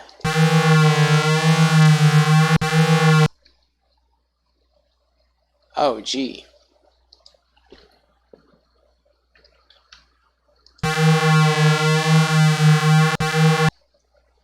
Probably 1-3.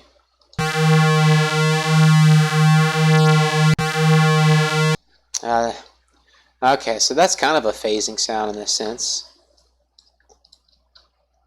And then if I copy this, and I copy this over here, the next two available channels, but I simply raise the octave.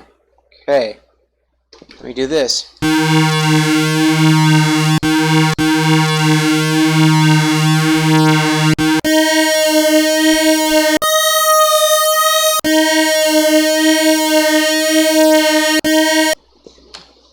But instead, I can kind of reverse this over here, do it like that, right? I guess that's kind of the same thing, though, isn't it? I'm being a putz.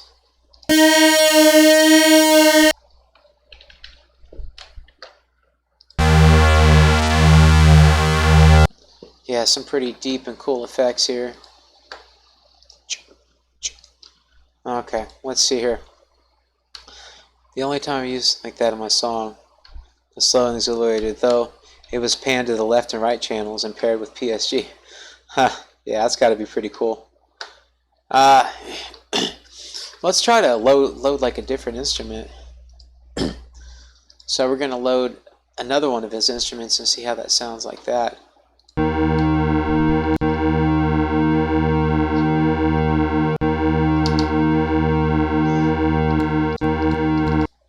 Sounds like a bagpipe.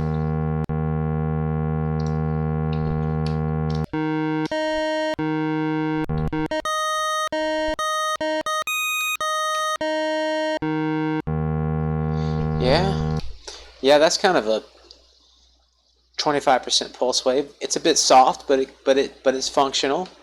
Yeah, I can see that being useful for many things. Let me see. How about this?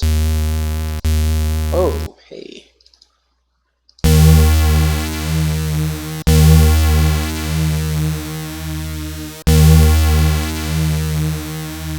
Yeah, an algorithm 5. That's kind of important too, because that allows the intermixing of the DT cycles. Okay, so let's see what we got here.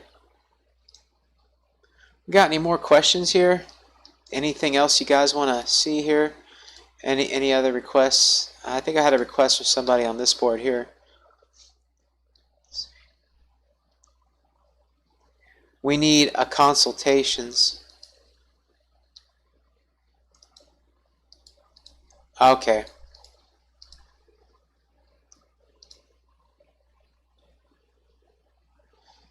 Yeah, don't worry, guys. I'll get back to you right after this. I won't be much longer. Show how the instruments for Wavetable Guide were made. Oh yeah. Well, I kind of showed the basic concept of that. All right. Anything else that anybody wants to add? An Atari bass noise. Oh, gee. Yeah, it's kind of a tough one. You'd have to really kind of mix and match, and I would. Well, let's go to like an Atari song, right? No, wait a second. I have an Atari app, so like, first, like, we have to identify TIA tracker.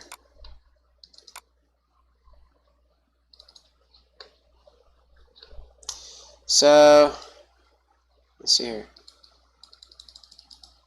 Now, of course, we have to actually make kind of an instrument kind of thing.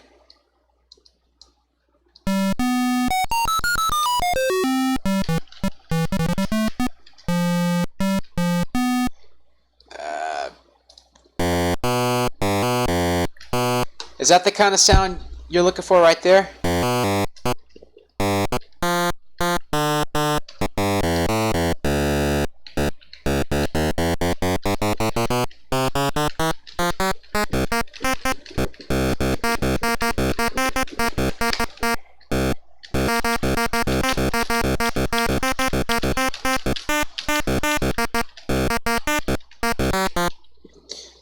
Anyway, that's about as close as I can think of. It's fine, man. I can explain it later. Yeah, sorry guys. I'll be in the chat room soon. Playing around. Stretch.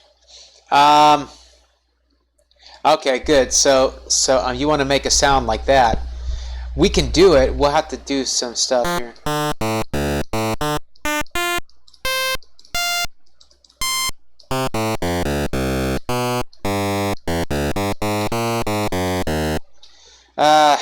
I'm trying to get the feel of the sound here, okay? So a lot of times what we can do is that we can go to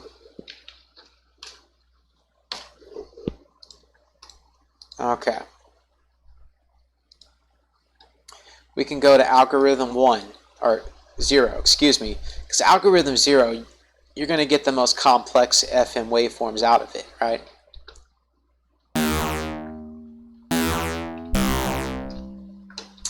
So what you want to do to get that plane wave is that you want to make your sustain all the way for like everything. Yeah, I don't want any kind of release stuff on here. Let's see how that compares.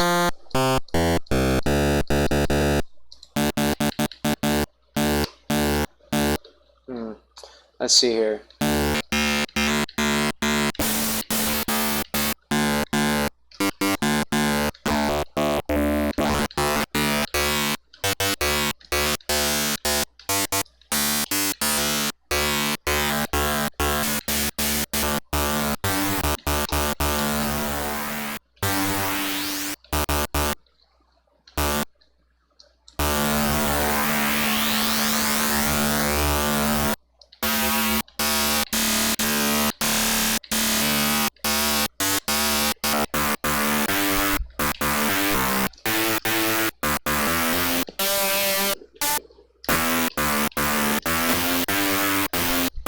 Oh, that sounds cool though.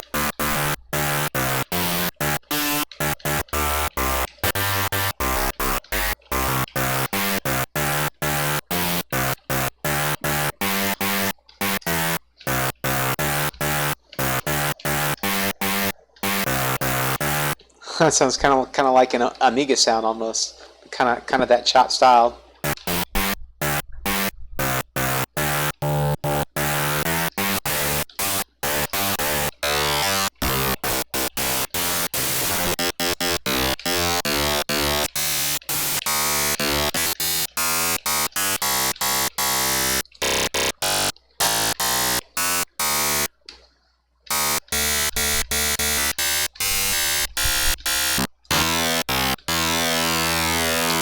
Why does it waver like that though? Oh, cause the detune.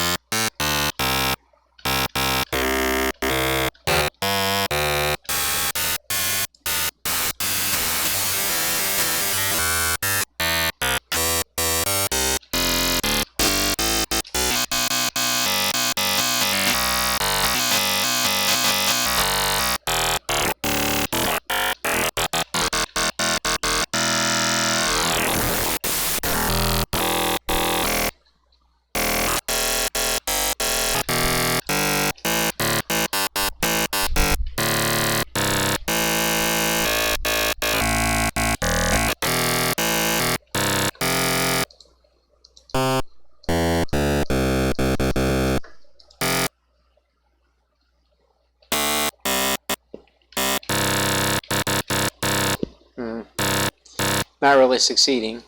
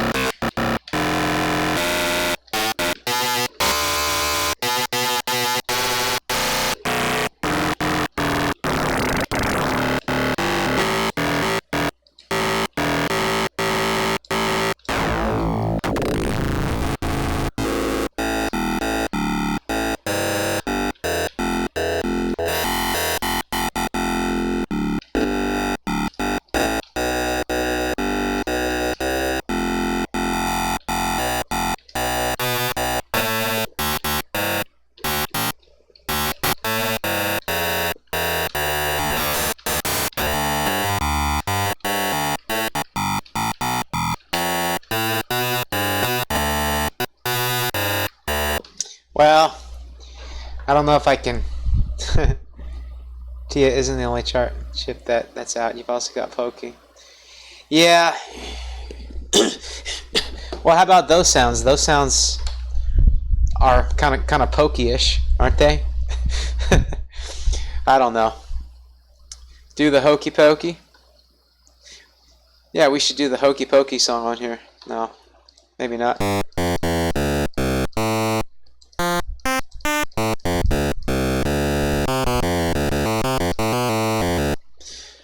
Those are very pure tones, so I'd say, yeah.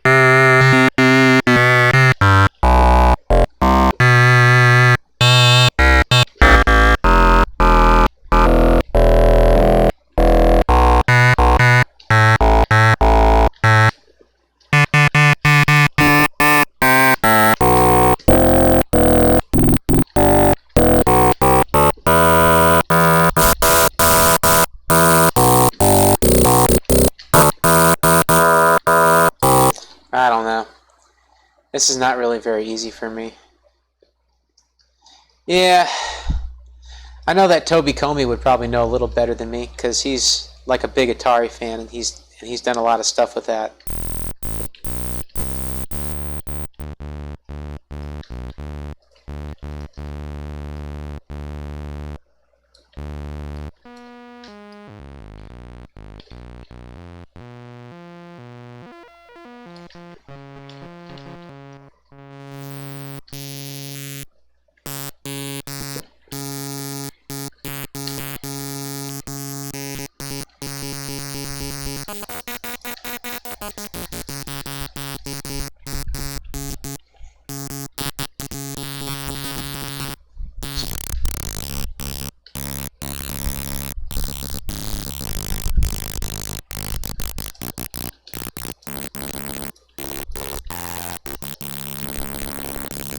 Let's see here.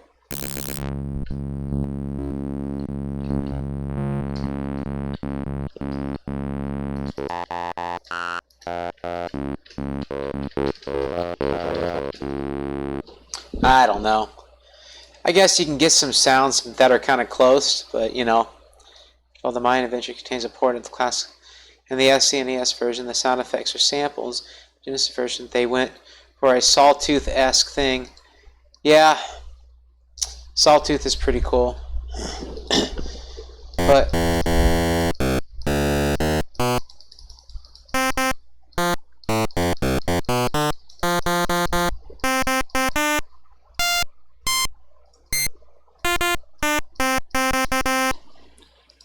I know, like, the highest wave's over here.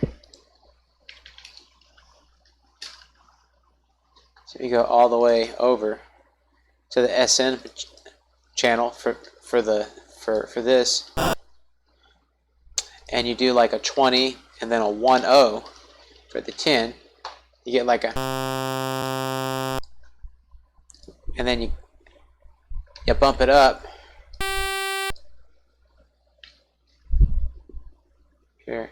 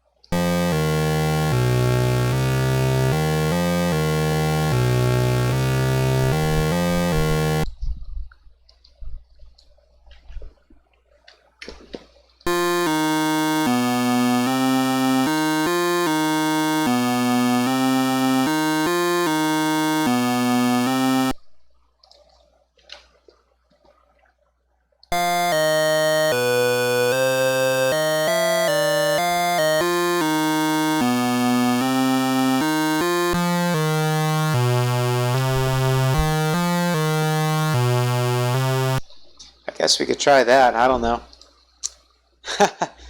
Okay. Well, I know it's not perfect, but anybody have any more questions? I know there's some things that I'm not quite able to do just yet. Anything else? Want me to cover LFOs or anything? Are we about done? Why don't we cover LFOs real quick? Why not? LFOs, and then I gotta head out and talk with Ali Anger and some other people, and then do my studying, my schoolwork. So let's see what we got here. Okay, we're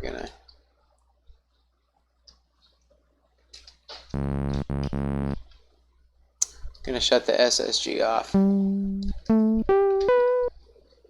Whoa. Hello.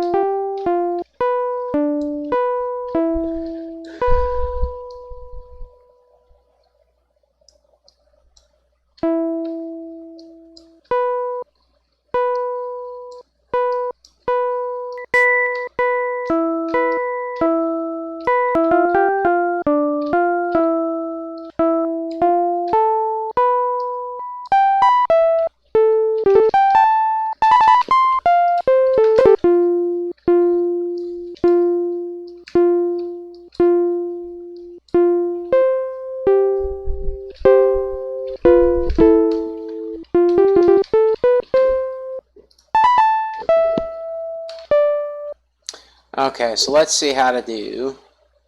Let us see how to do this. Okay. What happened to my mouse? I just had to bang on my mouse. It's not good.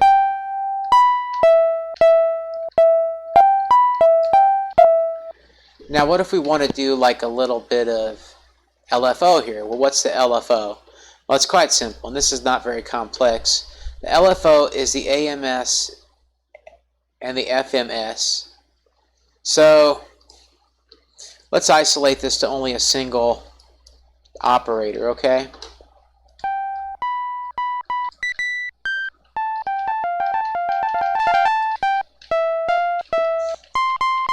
Alright, so single operator should basically sound like that.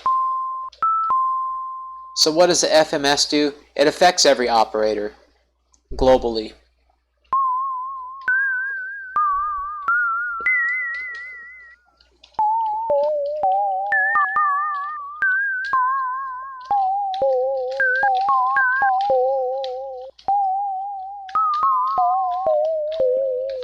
So yeah, some really weird sounds, and you can kind of do like less of the vibrato.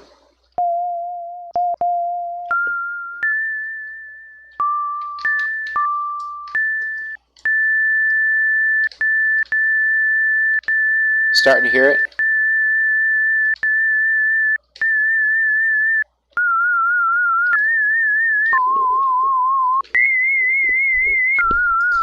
Make it kind of sound sci-fi-ish. So it's like vibrato that's built into the hardware. And so if I wanted to play a note and I wanted to make that faster in the rate, then I would do, okay, hear this.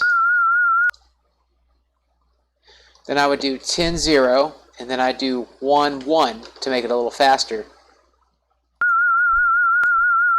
You hear how fast that is? If I do 1-2, then it makes it even faster. 1-3, 1-4, and all the way to 1-7. To where it's like really fast, it's kind of gritty. Okay. So 1-0 is the default. So that's the speed. This is controlling the speed. This is controlling the depth. And it's the same principle with the AMS, except you have to tick the checkbox. The checkbox. So if I do it without the checkbox, you won't notice a difference. If I do it with the checkbox, yeah. So that's kind of a tremolo effect. And I can do faster tremolo. And even faster with 1-2 command. All the way to 1-6 and 1-7. Where it starts to modulate the waveform with the LFO.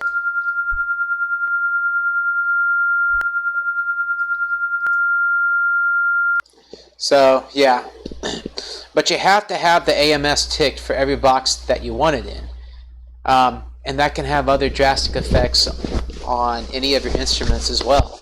If you have one checkbox ticked and the other not, and it can create some interesting synthesis for your sounds too. So that's another way to do that. Any more questions on how the LFO works or anything else? Oh yeah, the nylon strings. It did, didn't it? Yeah, I kind of thought so too. Steel string? I think so, yeah. You know, you can make steel string kinds of sounds, you know. Where did I do some steel string sounds? Man.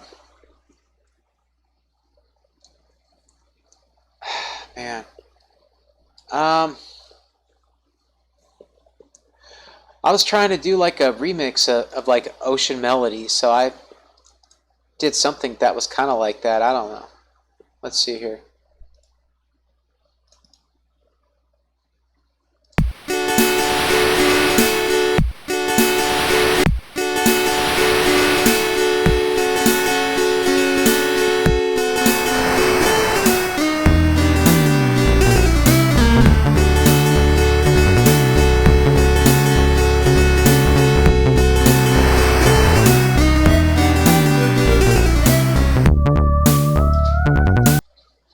Yeah, so I think that's kind of more of a steel string sound. Place of software oriented. Yeah. Yeah, that's a good way to do it. And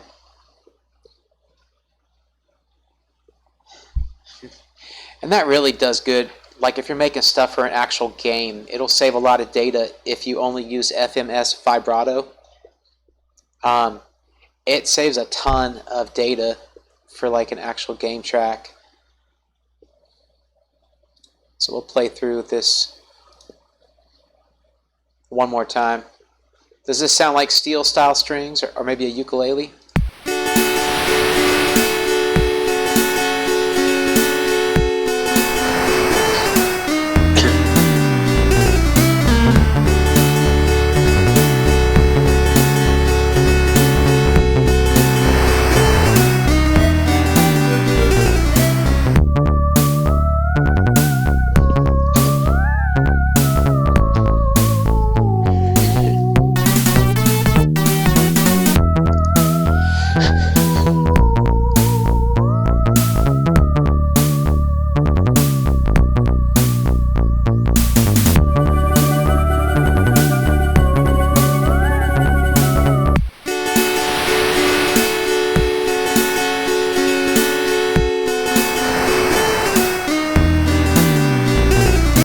I don't know.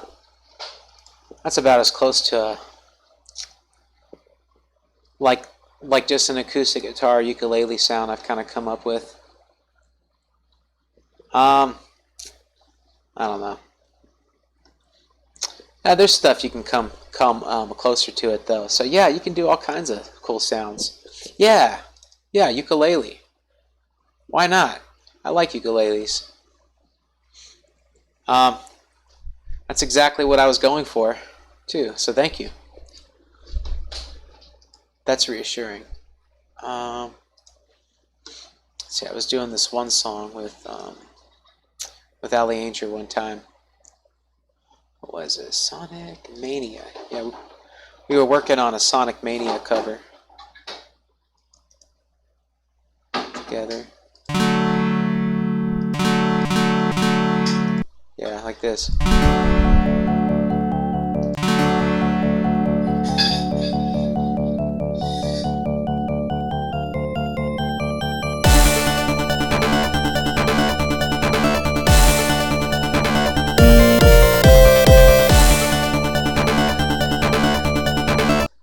Yeah, so it's this first strum sound. And that sounds kind of like an acoustic guitar, I think. I don't know. Maybe if I just copy that and I go up to here, paste that like right under there.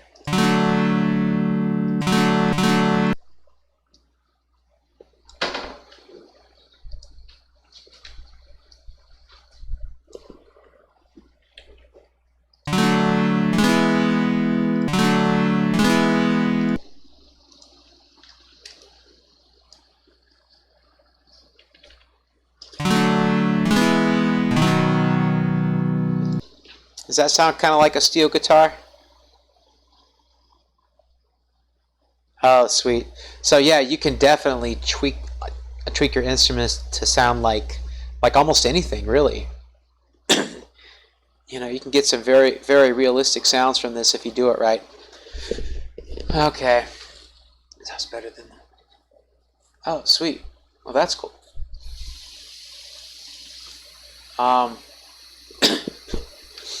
All right, guys. Well, I don't want to be a cheater, but like that actual guitar strum sound. So I ripped it from like a Sonic fan game, but I tweaked it and added a little twang or stuff to it to make it sound even more like a string guitar. So it's not totally my instrument, but I kind of, I kind of modified somebody else's instrument when it inspired me. So I was able to rip it from an actual fan game for the Genesis. I think it was called Sonic Mildness. Let me spell it here. Yeah, mildness. Weird name. It's a nice, pleasant game though, so I guess hence the name mildness. But yeah. Anyway, I think I'm going to wrap this live stream up, guys, and hope you all have a good night, and God bless. Take care. Happy tracking.